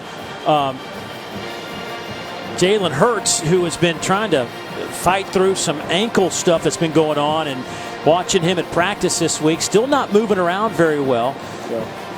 You know, Coach said don't be surprised if he doesn't try to get him a few snaps today, depending on how things have worked. But Tua's still in the game. Yeah, I saw him before the game, and he had that ankle heavily taped in warm-up, trying to move around a little bit. But he didn't ask out to make a chance of seeing it. Here goes Waddle coming near side and makes a man miss. Now dancing around and makes something out of nothing. Gain of 9. Let's go down to Dawn. Yeah, Dave and DJ, you guys talking about Jalen Hertz. I was on quarterback watch during warm-ups earlier today. He came into the stadium in a walking boot, but I watched him closely during warm-ups, and I tell you what, he was dancing early. He looked comfortable, wasn't favoring that ankle at all. Both of them taped up pretty tight, DJ, but I thought he actually moved really well in warm-ups. It'll be interesting to see if he does take a snap or two today. I think at some point you got to figure out what he can do with Auburn and Georgia coming up. Judy wide open around the 35. Boy, this turf is a little bit slick today. We have seen quite a few players trying to turn the corner and their feet come out from underneath them, but Judy will pick up the Alabama first down. Yeah, Judy's one of the best guys coming out of the top of his breaks, and you see the field there. But Judy runs with such pace, such patience. He has the speed, so a lot of defensive backs, they play off coverage of him because they don't want to get beat deep. But he's a special player. He can run every route in the route tree. 6 catches, 77 yards for Judy. Here's Najee Harris, who had an explosive run in the first half. Picks up 7 on this carry. And now you see the run game start to pick up. You throw the football down the field a little bit. You start to create these explosive plays, and now the defense starts to back off a little bit. And now you start popping some of these runs that, quite frankly, were not going or not popping in the first half at least. Alabama's only rushed for 74 yards today. Tua over the middle. Pass is caught. Ruggs turns and falls inside the 15. Give him 15 yards on that catch, and Tua's numbers now up to 341 yards through the air. It's just the subtle things he does inside the pocket. Watch how he moves here to the left just a little bit to find the throwing lane and finish that throw. That's what a lot of quarterbacks fight with, is once you move a little bit and still being able to be accurate with the football. Tua shows that he has all the tools and why he's one of the more talked about quarterbacks in the entire country. Will throw again. Tua. He will try to run for it. He's inside the 5 and he falls down to the 2-yard line. I know everybody here takes a deep breath, but I mean, he's a competitor and wanted the touchdown. Yeah, it's tough as a quarterback not to fight for those yards when you see the goal line, but you can put to rest anything about that knee. Tua on a quarterback keeper. Let's see if they will give him the touchdown, and they do.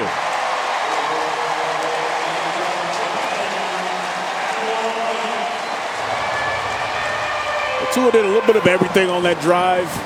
We talk about being accurate, throwing the football all over the field, distributed to a lot of his playmakers. And the last 2 plays is just indicative of what else he can bring to this offense with his legs. And it looks like he gets an extra push from Najee Harris right there just to make sure he is in the end zone and you can see him clearly in. Pretty good day for Tua. 18 of 22, 340 and 3 touchdowns, and now a rushing touchdown. 37 yards on 4 carries for Tua as well. He also picks up his 4th 300-yard game, which is the new Alabama single-season record. Alabama now in control here late in the 3rd, and we have an opportunity to get back to the studio. Peter, what's going on?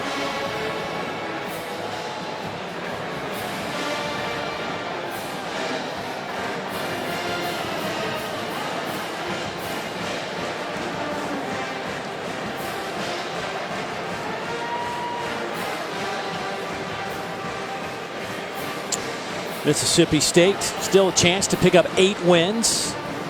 A lot of talent on that team. That's one team that you like to watch, especially what they do on defense. And Fitz is dangerous as anybody, running and throwing. Well, here Alabama's had 3 second-half possessions, and they have scored 3 touchdowns on those possessions. Now I guess the question is, will that be it for Tua today? I would probably say yes.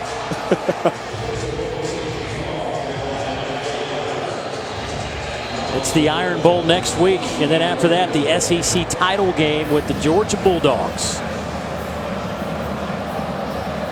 Raleigh Webb back deep.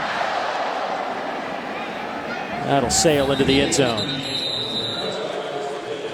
Coming up at 4 o'clock Eastern. College football continues right here on the SEC Network. 5th-ranked Georgia hosting UMass. Then Ole Miss will head to Vanderbilt at 7:30. That's our SEC Saturday night matchup. The SEC Network alternate channel will have Liberty at Auburn at 4, and then Chattanooga versus South Carolina at 7:30. Of course, all those games streaming live on the ESPN app. It should be your best friend. Look at our SEC slate today. Missouri and Tennessee coming up 3:30 Eastern time. The game that kind of intrigues me a little bit as Rainey is stopped is UAB and Texas A&M. Yeah, UAB is they're a team that's playing really well. I think on both sides of the ball. I've seen a little bit of them this season, and Texas A&M, it's not going to be a walk in the park as many people may think. You know, and there's been a story came out a few years back. Jimbo Fisher was close to taking that UAB job. Now he gets to face Bill Clark's group, who's putting on quite the show, one of the better defenses in the country. 2nd down and 10 for the Citadel. They just have not been able to do anything offensively here in the second half. They'll go with Clay Harris, a freshman they're excited about. He'll pick up 5. Clay, a Norcross High School product in Atlanta, Georgia. And there was an extra pep in their step this week. We talked to Coach Brent Thompson about his team being able to come and play the #1 team in the country. And they talked about how they already knew the roster before the game plan even started. Yeah. And they had guys picked out who they wanted to play against. So they knew exactly what to expect coming into this ball game. Well, this is the 3rd time in the last 5 years the Citadel has faced a defending national champ. It was Florida State in 14. It was Clemson last year, and now Alabama here in 2018. 3rd quarter's in the books. It belonged to Alabama big time.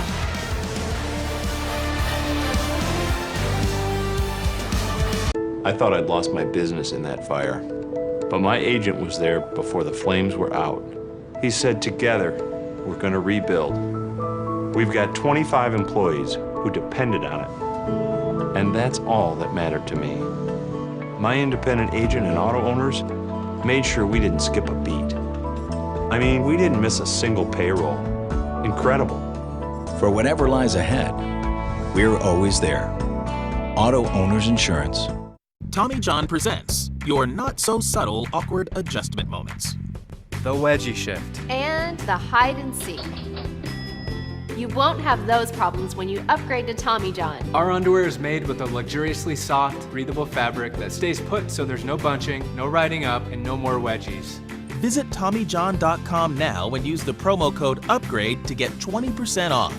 Free shipping on orders over $75 and our best pair you'll ever wear or it's free guarantee.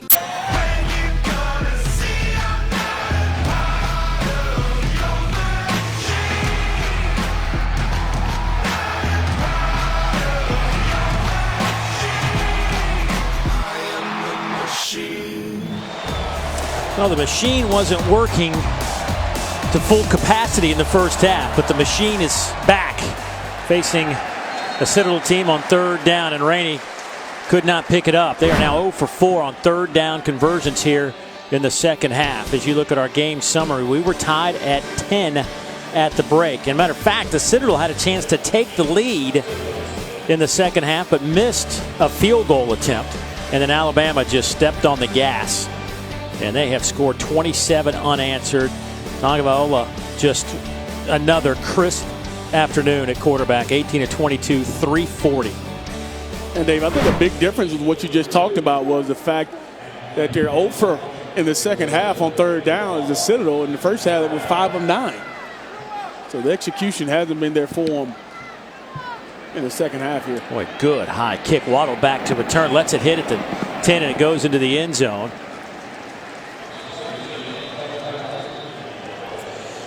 So with that, Alabama will have the football, but we'll be back in 10 seconds after this message from Academy Sports and Outdoors. Good form.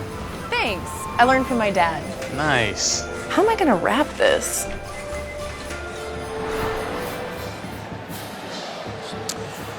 So I hope she catches something. I know, right? Well, as we thought we might see, here is Jalen Hertz. It has been a while since Jalen has been on the field. The crowd loving the side of number 2. Coach said at some point we got to get him in there, figure out what he's physically able to do, and listen to the crowd. This is awesome. And here's the thing, you mentioned it, Dave. You got Auburn coming here next week. You got the SEC championship game. The chance you need him, he needs some real game reps. First play, what do you know? They roll him out a little too far in front of Jerry Jeudy. And this is why you get him in some game action. You know he's a little rusty. He hasn't played in a few weeks. And you get him a chance to get on the edge and you try to knock some of that rust off. And that's a play he usually will hit. He's wide open on the outside. It's a difference from throwing it around in practice to getting out here in live action. He's completed almost 74% of his passes, 5 touchdowns, couple of picks this year. He's rushed 28 times for $136. Line up in the pistol formation. He'll hand it off to Damien Harris. Cut back. Damien in the open field. It's now a foot race. To the 20 and chased down inside the 10-yard line. They will spot him at the 7. And Harris is slow to get up after the 73-yard trot. Yeah, he took a bang as he got tackled to the turf there. Ronald Peterkin, as he tries to run him down, he takes a really, really hard fall as he hits the ground and ends that play.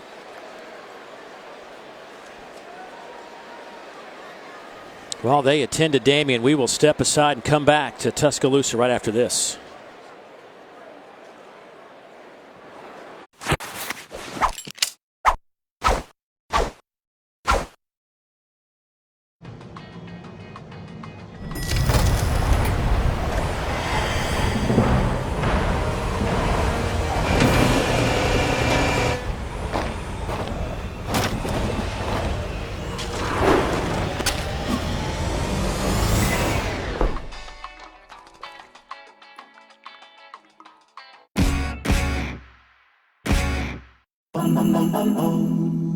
T-Mobile believes it's better to give than to receive.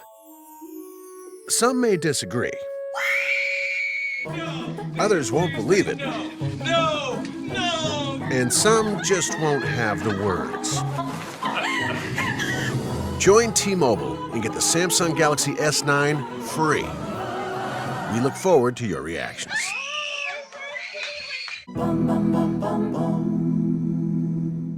just overblown. And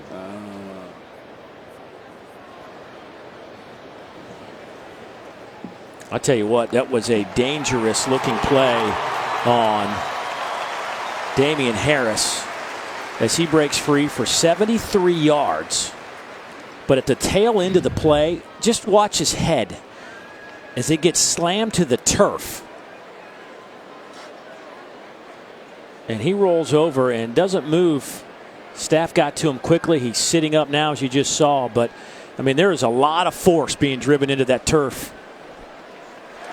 And he is up on his feet. And, I mean, that is a scary thing. Coach Saban even comes across the field to check on Damien, who I've had a chance to be around. And he's a guy that you want to be around him. He is a class act in every way possible. Young man took a lot of grief when he left the state of Kentucky to come to Alabama. A lot of people felt he should go play for Kentucky. We talked about it a few years ago, how things got just a little bit out of hand in the recruiting process. But you just spend any time with him, it's hard not to just want to be around him. And that's why his teammates, you saw every single one of them practically come out, and they're just glad to see one of their brothers come off the field and come off with that kind of energy. And it's good to see that he's okay, but he's the leader for this Alabama team.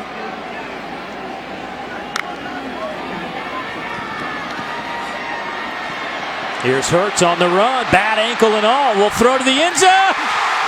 Touchdown, Alabama. Jalen Hertz looking fine as he hits Deonte Smith in the end zone.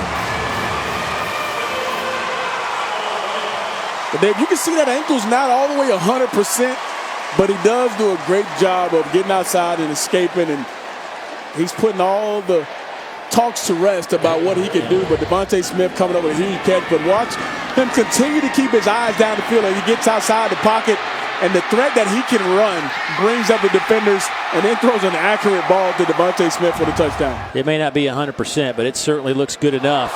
Another extra point. This can be returned for 2. See what they do here. It's a foot race. Bowers thrown out of bounds by Bulldogs, who has now missed 2 extra points today. That's the second one that's been blocked this year. But it has been a struggle in that department. That is now 8 missed extra points as a team this year for the Crimson Tide. But they do pick up 6 more. Jalen Hertz to the end zone. Touchdown, Alabama, and they are now rolling.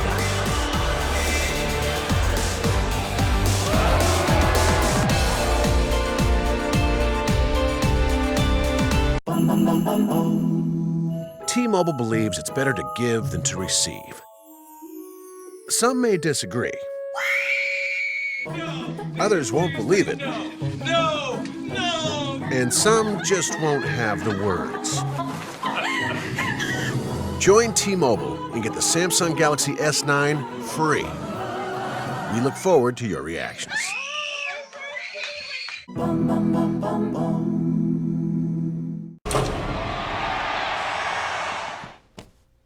When you need to bring the pep, Maytag will handle the prep. Go get him, Tiger. He's a wildcat. Maytag, what's inside matters. Network Football is presented by Allstate, reminding you that football season is mayhem. Well, the second half has certainly been mayhem for this Alabama team trying to chase down back-to-back titles. Well, they'll do the rest of this afternoon without Damien Harris, who heads back into the Alabama locker room. We'll try to get an update, but a scary hit on the sideline a moment ago as his head slammed to the turf. Alabama has scored 33 unanswered points. Last 4 drives, 4 touchdowns. Only problem has been the missed extra points. One missed, hit the upright, and the last one was blocked. And we saw Coach Saban talking to Bulldogs during that last time out. He spent quite a few minutes, I guess, trying to get some answers. And if you're, when you look at Alabama, you look at all the strengths they have, and you try to find something that they don't do well. They're struggling in that department right now. Clay Harris with another carry. That's out to the 29, give him 4 yards. And it has become quite apparent that here in the second half, and you saw a little bit of it toward the end of the first half, is Alabama just getting comfortable on assignment football, trying to play this Citadel option. And that's what half the issue is. It's alignment first, getting lined up, everybody in their right gaps, and then it's assignment. Who has what is the end result of you coming out with a pretty good play or them coming up with a bigger one. Coach Saban talked a little bit about this is such a difficult week now, and he was talking about trying to play an option team, et cetera, and I just kind of flippantly said, so why did you schedule him? He says, well, when we put this on the books, they weren't playing this type of offense. And it is what it is, but he says it's hard this week to make sure that everybody, because he preaches all the time, everybody gets better, because you kind of have to reinvent the wheel a little bit. And for this defense, it's all about their eyes and where they go with this offense. There goes Rainey, turns the corner. He'll pick up 3, and that'll be enough to move the chains. Quintin Williams with another tackle. That is 6 of those for the 290-pounder who came here at about 250 pounds, and they have worked him into a beast in the middle. And we talked to Ross Peerberger about blocking him every single day in practice, and he sometimes says, he looks over at coach and says, what do you want me to do? This guy has everything in his arsenal. And when he watches other teams play against him, he says he just nods his head and says, I feel bad for the other team center. Dive play inside handoff goes to Clay Harris. He'll pick up 3. Let's go downstairs to Dawn. Dave, DJ, you guys talking about Quintin Williams. I talked to a scout who spent 19 seasons in the NFL, and he pointed out that he has seemed to have grown into his frame, figured it all out. A lot of that is in his strength this year, and he pointed out his ability to get offensive linemen's hands off him quickly, his phenomenal balance and body control. So think same class of footwork and balance as Aaron Donald, but just bigger. How about that? He said he's going to be real successful at the next level. And we're getting word that perhaps he'll move up a few slots in the next Todd McShay draft board. And now Deonte Thompson, who was on that list, by the way, is slow to get up as he kind of hobbles away. Talked to Deonte for a while yesterday. What a great conversation with him. Kind of taking it on his own to really be a leader on that back end, but he is in some pain. Yeah, he's been the vocal leader for him on the back end for most of this season, and you can see the agonizing pain he's in. And well, this is a offense that gets to the secondary. They'll cut you on the secondary level as well. But he is one of their best players on the back end that gets him going, and he's got a forced fumble as well. And there he is right here. And you see Diamond right at the front of that knee, and they'll cut you 10, 15 yards down the field.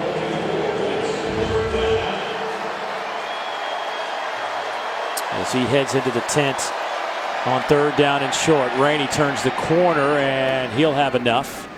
Or it looks like they're going to spot it right at the line to gain.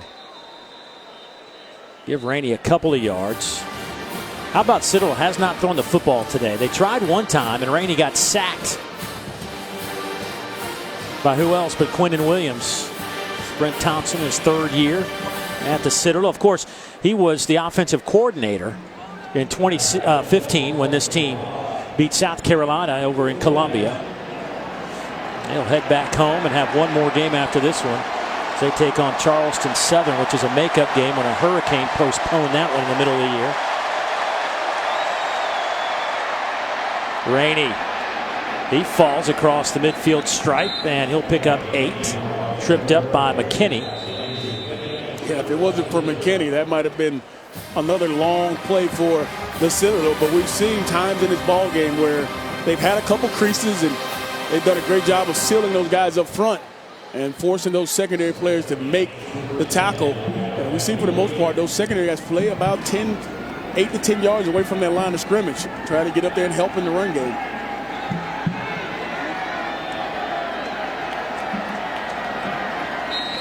And a flag comes out. Citadel has been false start on the offense, number 22. 5-yard penalty, remains 1st down. They've been in a hurry offensively a few times today. Let's go downstairs to Dawn.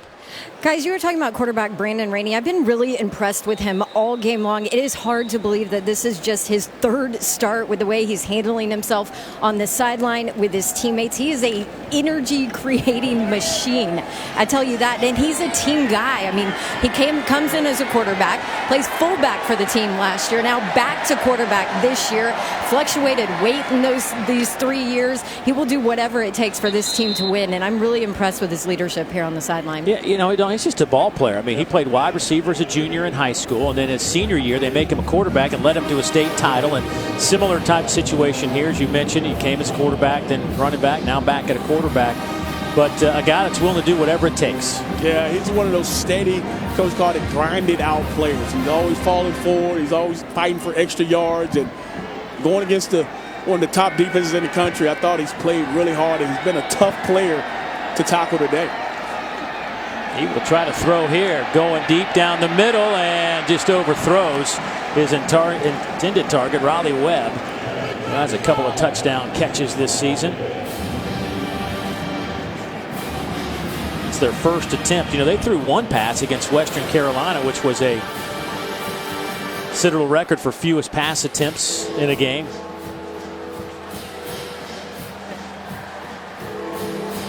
So third down and long.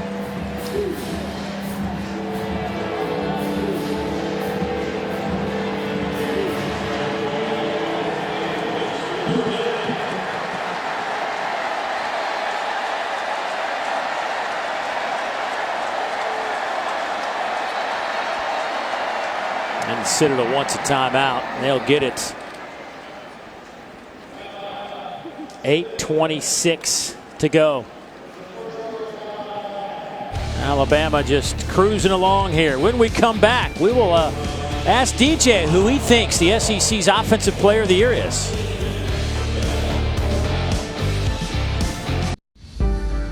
The two of you together, it was meant to be. The Kindred Heart Pendant, two hearts forever connected in life and in love. Love is us. The Vera Wang Love Collection, designed for sales, the Diamond Store. Hi, Susan. Honey. Yeah? I respect that, but that cough looks pretty bad. Try this new Robitussin honey. The real honey you love, plus the powerful cough relief you need. Mind if I root through your trash? New Robitussin honey, because it's never just a cough. Alabama, 33 unanswered points as we sit with 8:26 to go in the contest. Time of the year we start figuring out who the players of the year are, and I asked you, I said, let's figure out who your SEC Offensive Player of the Year is. Well, we've seen Tua today. We know what he's all about and all the numbers and how special he's been. But there's another guy, Georgia, DeAndre Swift, who's put up some big numbers, especially the last 3 weeks. He's got over 800 yards and averaging 6.9 a carry, 8 touchdowns. I'm going to ask you who the winner is in a moment. But you narrowed it down to those two guys, though. Yes, sir.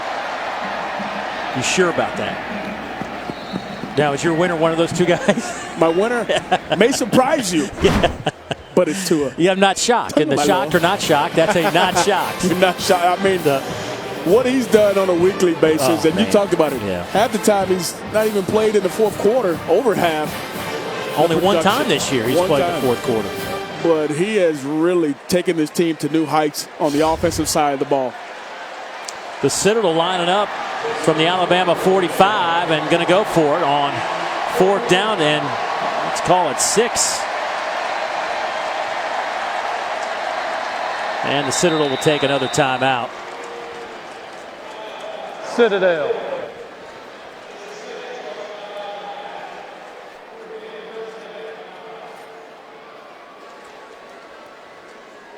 You know, today Tua with another 300-yard game. He also added 3 touchdowns, 1 rushing, and I mean, it's just crazy. 31-2 touchdowns to interceptions. And here's what it looked like today. He just has the innate ability to put the ball in the right spots, and we talk about the accuracy on the year, and he's got some playmakers on the outside that make plays for him. Herb Smith, we saw here, is tight end, who doesn't get a lot of the credit, but is a very, very good player in his own right. But Tua Tagovailoa is one of the premier players in the country and has done it every single week this year and shown what he looked like in that national championship game. Has definitely just transferred over onto this season. I mean, obviously he's a front runner for a Heisman, I would believe. I mean, is he that in your eyes? Oh, absolutely. Him and Kyler Murray at the top. On 4th down, there's the pitch, turn the corner. There goes Deonte Smith again. The second time. Is this 44 yards? His first one was 45 yards. A breakdown again by Alabama, and the Citadel takes it to the house on 4th down and 6. And you can see the seal blocks on this play at the end on the right side. You're going to see come around. Who's on pitch man? Nobody has pitch man, and there is the key block on the edge. Loser contains the safety coming out inside, outside. Savion Smith on the outside as well, not fighting to get back inside.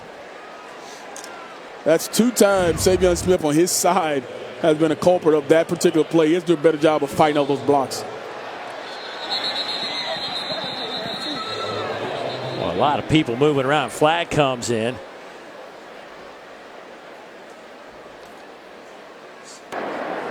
Delay of game on the offense. Snapping the ball before it's ready. 5-yard penalty. It remains to try.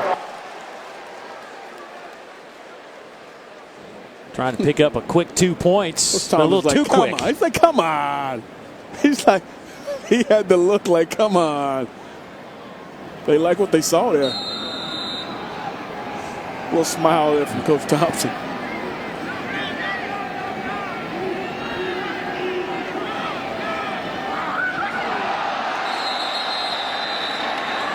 Phil Math is trying to hide from the crowd, but when you're 6'4", 310, I don't think you're going to hide. Offside on the defense, number 48. Contact. 5-yard penalty. It remains to try. I know that Coach Saban is not real happy with that, but that was kind of funny watching him. Try to like crawl in a little cave. I'm out of here. I'm tired.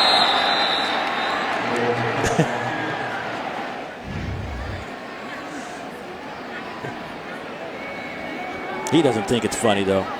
There have been some breakdowns in the kicking game on both sides today. Some missed extra points. That one is through the uprights. So a 43-17 game now. But the Citadel strikes twice. Deonte Smith with a 45-yard touchdown run in the first half. This one goes 44.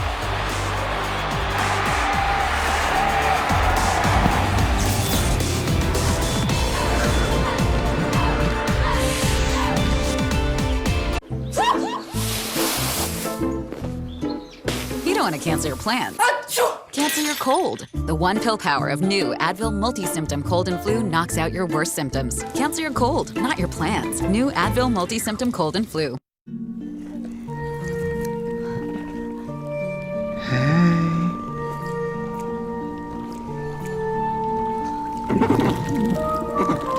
Come to me, fish me.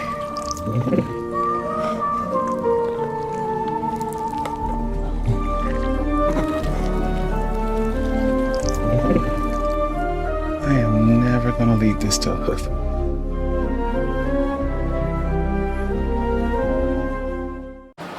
Citadel puts up 17 points, but trail big here, 43-17.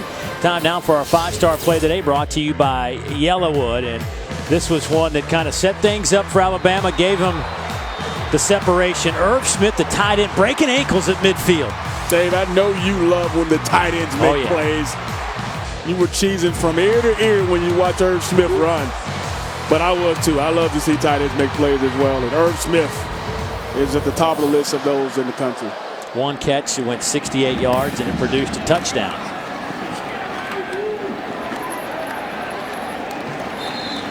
Ryan Robinson bringing that one out to about the 45-yard line.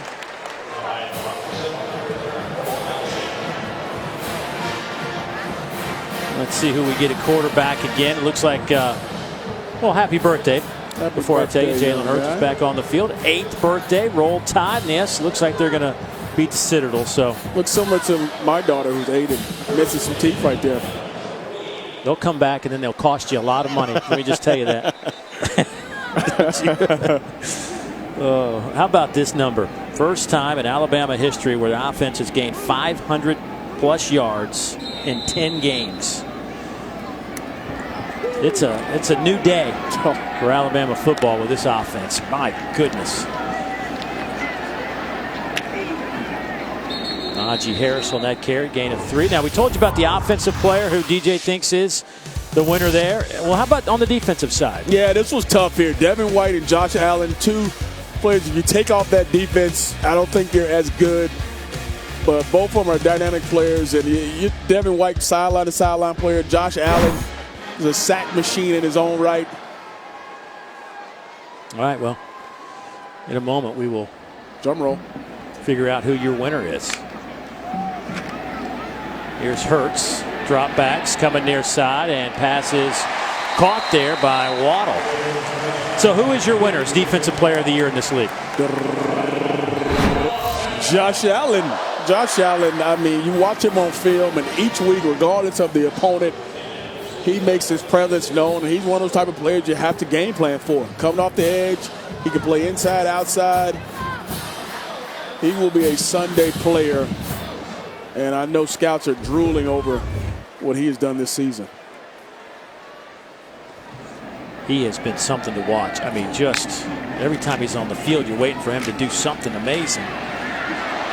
Najee Harris running hard. And speaking of Kentucky, let's get an update with Peter in the studio.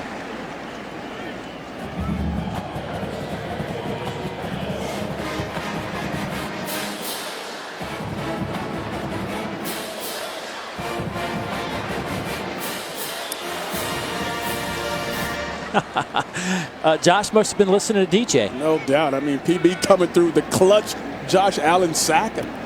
We couldn't time that up any better. Near side pass caught by Ruggs. He'll spin out of bounds. Gain of 7.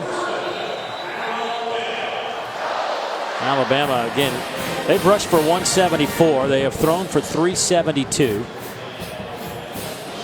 They've run 43 plays. Citadel's run 56 today. But, you know, as we told you, offensive coordinator Michael Oxley was talking to us, you know, he game plans for like an 80-play game. Yeah. Well, they are far from that number. Little pump fake. Hertz to the end zone, and Judy got caught up in some traffic, and a flag comes out. That would have been 6, I think, had Judy not been twisted in his route. Yeah, I think they're going to get Ronald Peterkin for it.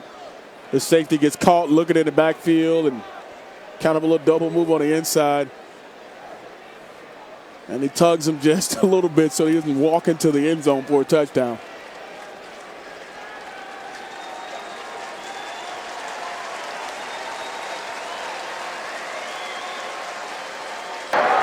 Pass interference on the defense, number 33. The ball will be placed at the spot of the foul.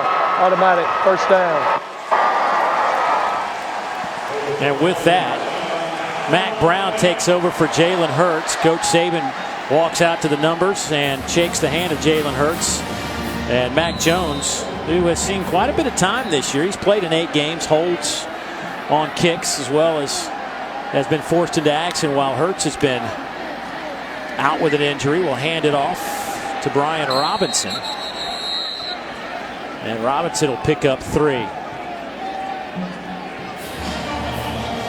Mac Jones, a redshirt freshman, 5 of 13 through the air. Mac Jones comes in here with a crew the same year as Tua was when he got in here, and was a Kentucky commit at first and ended up flipping to Alabama. Part of the Elite 11 and Nike Open. He's a pretty established quarterback in his own right. Yeah, 4-star quarterback coming out of high school. Was the 18th ranked pro-style QB. Hands it off to Robinson. That'll be a touchdown from 2 yards out. His second touchdown of the year for the sophomore from right here in Tuscaloosa, Alabama.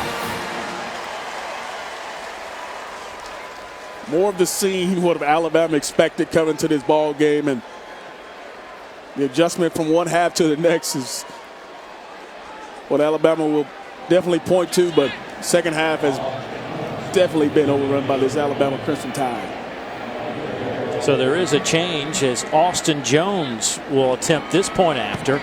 Austin kicking earlier this year.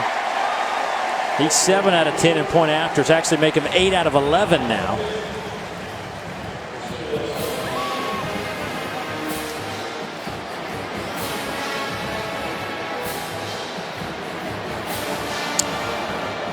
Of course, coming up next week, it is the Iron Bowl. Yet another edition. And this was the scene in Auburn last year as Jalen Hertz did his best to keep Alabama in the game. Bo Scarborough with a touchdown, but it was Jarrett Stidham who seals it for the Tigers, who stormed the field and put themselves in a position to play for an SEC championship last year against the Georgia Bulldogs as they win at 26-14. But the 83rd meeting coming up right here at Bryant-Denny Stadium. And of course, Auburn kind of like a wounded dog a little bit right now. You know that they're going to leave nothing in the tank when they come here. And as rivalry games go, that goes out the window. The records, the rankings go out the window. It'll be a rocking environment here next week for the Iron Bowl. Raleigh Webb on the return, and a good one out close to the 40-yard line.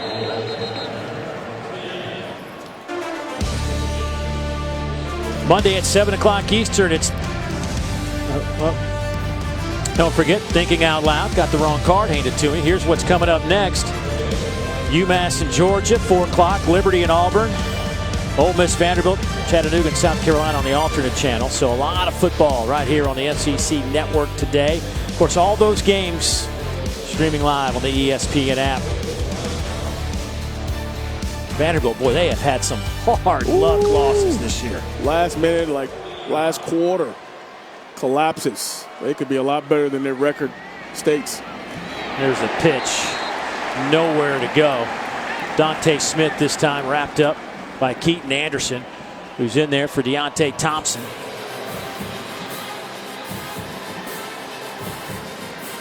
I think a lot of guys came into this game for Alabama hoping that they would get significant snaps, but just by virtue of the fact it was 10-10 at halftime, not so much. Flag on the play, by the way. Wait for the call here. After the play was over, unsportsmanlike conduct on the defense, number 40. 15-yard penalty, automatic first down. That is number 40's first unsportsmanlike conduct penalty of the game. Joshua McMillan. We'll get to hear from Coach Saban.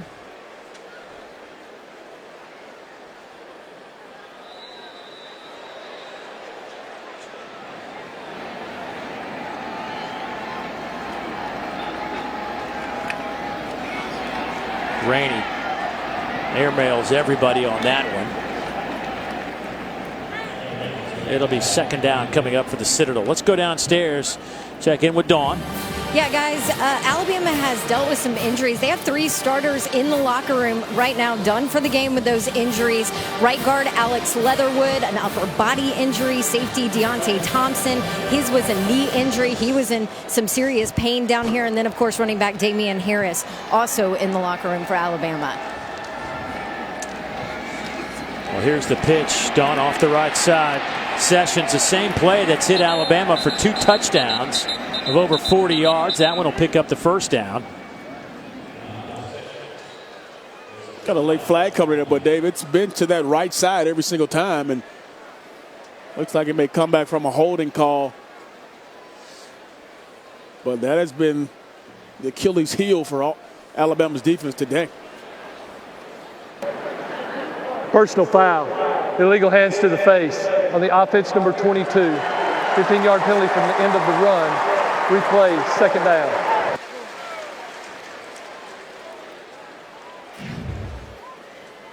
Right at the top of your screen, fighting right there. A little push at the top, and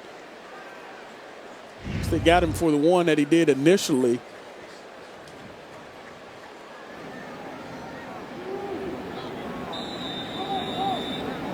They've had success running that option to the right side with the pitch.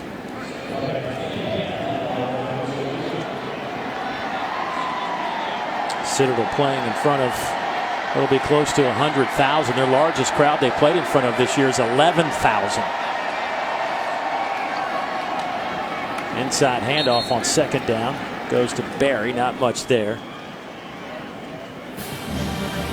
Don talked about some of those injuries. That's what one of the things you have to worry about playing in a ball game where they do some cutting and things aren't really what you're used to playing against, which is unconventional. But hopefully those guys are all right and able to play next week, and of course playing in that championship game. So under 3 minutes to go and a third down coming up for the Citadel. Little counter play goes to Sessions. He'll pick up 3. Well, it's probably a 2-down situation here to try to pick up the first down. And the offense will stay on the field. You know, if you're Nick Saban, certainly this is one of those games where your team, you're certainly going to walk out of here and you have a lot you can talk to your guys about. Make sure that they stay focused. Not that they need any extra for Auburn, but you can certainly get their attention tomorrow. Yeah, you turn on the film and watch some of the big plays they gave up today and the lack of execution on certain plays. Definitely be something to work on. Smith can't pick it up.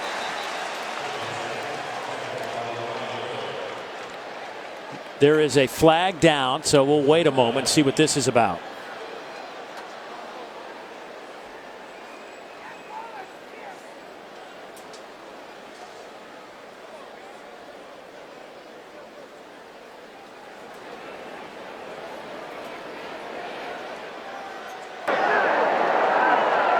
After the play was over, personal foul hits Alabama number 9. 15-yard penalty. Since the foul occurred after the play, it will be first down Alabama.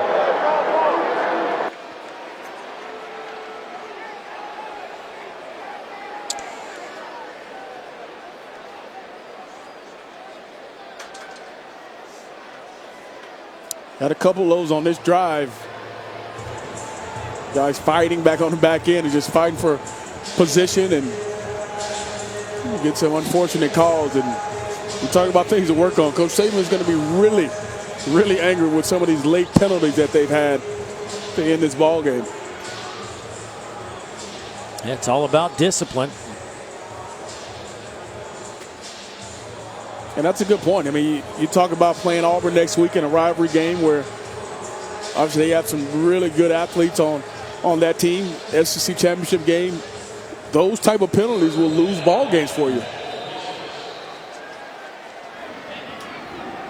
Alabama will get the football as Mac Jones still in there at quarterback. The third one used today. Jalen Hertz getting some snaps. Ronnie Clark will pick up 6.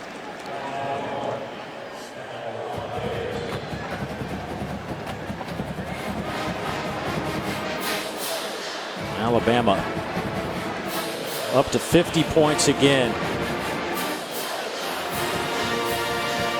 7th time this year they have gone 50 or more.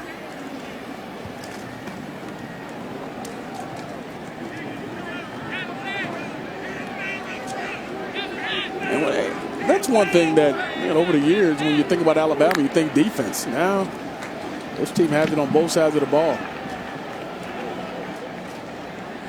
Alabama still number 1 in the college football playoff rankings. Question is, can Notre Dame hang on and stay undefeated? Michigan playing great football right now. Ohio State comes in at number 10, but they are tied right now at Maryland 31-31. They were down 17-3 early in that game, so they have kind of fought back. Yeah, and everybody was talking about the big matchup next week with Michigan and Ohio State. If Ohio State's not able to pull that game out, some of the lore of that game is taken away. Third down and short. Handoff inside. Goes to Clark. He'll pick up 5. And they'll keep the clocks moving. Alabama perhaps one more snap and call it a day and get out of here. What was a shocking story in the first half. A 10-10 tie with the Citadel. An FCS team that came in here certainly with 63 scholarships as FCS teams go. Enrollment of 2,300. 4-5 on the year, but gave Alabama all they wanted. And the Tide came out, though, in the third quarter and put it into that and they will win this one 50-17, and they go to 11-0. In the first half wasn't pretty, but I think the second half really Alabama found their rhythm offensively, and of course I think for the most part figured out how to defend this option game of the Bulldogs. That was the key. Execution, details on defense, and offensively get back into that rhythm. And that young man right there, Tua Tagovailoa, played his heart out and continue to strive and play with excellence. Let's go down to Dawn. Thank you, guys. Coach Saban looked like a completely different team offensively in the second half. What changed? Well, I just think we executed and focused on what we needed to do. Finished some runs, finished some plays, threw the ball more effectively. Didn't turn the ball over after the first play of the second half. So I was really pleased with the way the guys responded in the second half.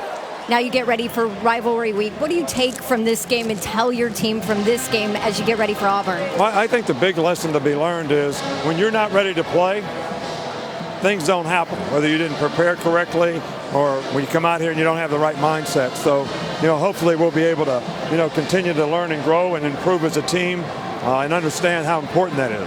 Thank you, Coach. Congrats. Thank you. Well, he's happy with the win, obviously, but certainly he'll have some things to talk to with his club. Matter of fact, speaking of Coach Saban talking, we will have plenty of his postgame coming up in just a bit. But the final score from here in Tuscaloosa, 50-17. We'll come back, have more from the capstone. But first, let's head to the studio and Peter Burns.